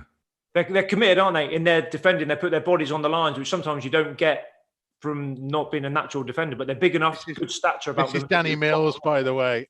There you go. He's so desperate to get back on Wolves TV that he's trying to get back in here as well. He's desperate for us to win because I keep seeing Gabby hammering him on Instagram. We talk about defensively, Tomo. That's 3 clean sheets in the last 6 Premier League games now. They'd only kept 2 in the previous 16 before this little run. You know, that's been really important, isn't it? You're not going to get points unless you can keep teams out. It gives you the chance to win the game. It gives you an opportunity to win games. If you're keeping clean sheets, it gives you an opportunity to get something out of the game. And again, we've not ever been massive goal scorers since we've been in the Premiership, but we've been able to win games either by the odd goal or a couple of goals when we've had Jimenez in the side. But if you give yourself a chance by keeping clean sheets, and again, we talk about them defending, it isn't just them defending, it's the whole team, straight from the front. But you've got to look at, since players have come back, Johnny's made a difference since he's come back into the side. For me, we look more stable, we look more balanced when he's come in. Semedo, so he's hit and miss a little bit, so like I thought he struggled a little bit in the first half, but again, in that second half, I thought he linked up really well with Neto. So again, it's just a matter of making sure that players are coming back. I agree with what the lads are saying about bringing in Bolly. I think that Bolly probably would make a difference. And then you could possibly push Dendoncker a little bit more forward. But again, it's about trying to get teams or make it difficult for teams to score. And they're doing that since they've changed to the formation or the settled formation, what they've been used to. Well, this is the conundrum of Wolves at the moment. And I'm going to step out and let the 3 of you discuss this, because we talk about Dendoncker possibly going into midfield. When you look at the first half, I think we all agree, absolutely, they need those legs in there. Yeah. When you see how Moutinho and Neves played second half, that's what they can do and get to grips with the game. So it feels like a really difficult choice as to what makes up the best Wolves midfield. But I'll tell you what was different in that second half as well, as Sam was just touching on there. We were further up the pitch. We were about 30, 40 yards further up the pitch. We were able to be in contact with their players. We didn't allow them as easy as they did in the first half to play the ball forward. We was putting pressure on them. We were starting to set some little traps to win the ball back. We started doing that. We was driving forward. The quality was better in the second half. And it just shows you when you do play more advanced or you take the games to teams, it'll give you an opportunity. And it does take that pressure off the back line. So if you're squeezing up further up the pitch, you're gonna cause more problems to the opposition. If you keep sitting back, you're just inviting pressure. Yeah, I agree with what you've just said, Tomo, and what Sam alluded to earlier, just being a bit high. It gives Moutinho a little bit and Neves a bit more of a chance, and maybe not isolates them enough. But there's going to be games where it is going to be a little bit more stretch, and you are going to need them legs in there as well. Like this isn't saying that Neves and Moutinho aren't running or aren't trying hard. It's not. They're running. They're running. It's just that we weren't compact enough as a team. We weren't pressing enough as a team. And it's not to say that you need to chase every ball down. It's just about being compact and pressing, being able to press. Because when you're pressing on your own and it's all disjointed, you get played around. And I think with just Bali coming back, it's not to say that Neves and Moutinho won't play together. It just gives us options. Yeah. In midfield at the minute. If Neves and Moutinho don't play, then you haven't really got another option on the bench. So I think. Sorry, Cole. Go on, Cole. Sorry. Carry on, mate. No. I was just going to say, do you think it made a difference that Traore come into the game a little bit more in that second half? Because I think that he did. I think that definitely. Yeah, because all we were firing on was Neto down the right hand side. Never really had anything in the other down that left-hand side or centrally. But I think in that second half, I think that he come more into it, and all of a sudden, then it allows us to have more of an attack in front with those two players. Definitely helps. I don't think it's Traore's best game, but he posed more of a threat in the second half. But I think that the main reason why we posed a threat is because we're probably 5-10 yards higher up the pitch, and it just allowed us to get our players in the game. It allowed Moutinho and Neves to get a pass instead of trying to pass from 30 yards, 30, 40 yards outside in their own half. They were passing around the halfway line, and then they'll be able to find Semedo, and then Semedo can start to play with Neto a little bit more because he's higher up the pitch when they're getting the ball, and they've been able to interplay. Like Semedo is a bit hit at the missing, and I don't know if it's confidence at times of him, because sometimes you know he can do it. I'm thinking just go. Yeah. Just go, like take him on. You know he's got the ability to do it as well. So I feel like just being a bit high at the pitch, I think it was as simple as that. I think Semedo looks a lot more comfortable attacking. I think that when he starts attacking a lot more, even his defending looks better when he's more of an attacking force, as he was in that second half. For me, he linked up a lot better with Neto. I can't remember him doing it really in that first half, but second half he started to come into the game a lot more for me. Second half as well, we pushed them in so they couldn't get out. So you said there about the clean sheets, how many in the however many games and the 16 games previously. So there's a step in the right direction. Now, once I think Nuno gets happy with that and more settled, thinking, right, we're better now defensively, then we can go and work on the front, because there's so much potential in the going forward for Wolves. We're not tapping into it at the minute. That's the next thing. And then I think, like you're saying there, you'll see the more of Semedo. I like Semedo. I think he's athletic. He can do everything. Is it confidence-wise not doing it more? But if we become more polished attacking-wise, we might see better of him. We might, like Doc, we were talking about Doc at half-time, saying how good he was. Doc isn't a good defender, but he's good going forward. And maybe Semedo needs to fall into that role, and we get better as a team, a bit more confident, a bit more fluidity. Then we'll see more of him from an attacking sense, and all of us start seeing his best bits. Liverpool up next then, boys. Carl Ikeme, you were saying beforehand that you agreed with Chris Owelamo, who wanted Fabio Silva to start this game. Obviously, Willian Jose was the man who got the nod. They have a little bit extra time now to work on things, to recover from this game, and then prepare for that Monday night. What would you be tempted to put Fabio Silva in from the start, or have you seen enough from Willian Jose to say the role he's doing for the team at the moment, and then Fabio to come on for the last 20, 25 is not a bad way to go about it? Good question. I feel like I'm on the fence a little bit, to be honest, because I feel that maybe William Jose didn't say that the shirt's his necessarily. So that this is to get to the point why you're asking the question, because there's a question to be asked, isn't there? So I'm kind of either or. I think Fabio's done well when you come on. So I think he probably does deserve the next game, and possibly the games after that, because I thought William started the game well, and then he kind of drifts sometimes. And while I do appreciate what he does for the team, not necessarily being involved as much, I feel like he has helped Neto and Traore since he has come in. But I feel like Fabio has grown as well, and I don't think no one's cemented the number 9 shirt, and no one's cemented to play every game. So until Raul comes back and he's up and firing, I'd expect them to chop and change throughout the rest of the season. Well, like Connor Cody getting a goal, I was due a good question at some point. Maybe I'll get close to a couple in the next game. Well done, Mikey. Well done. As well. Thank you very much.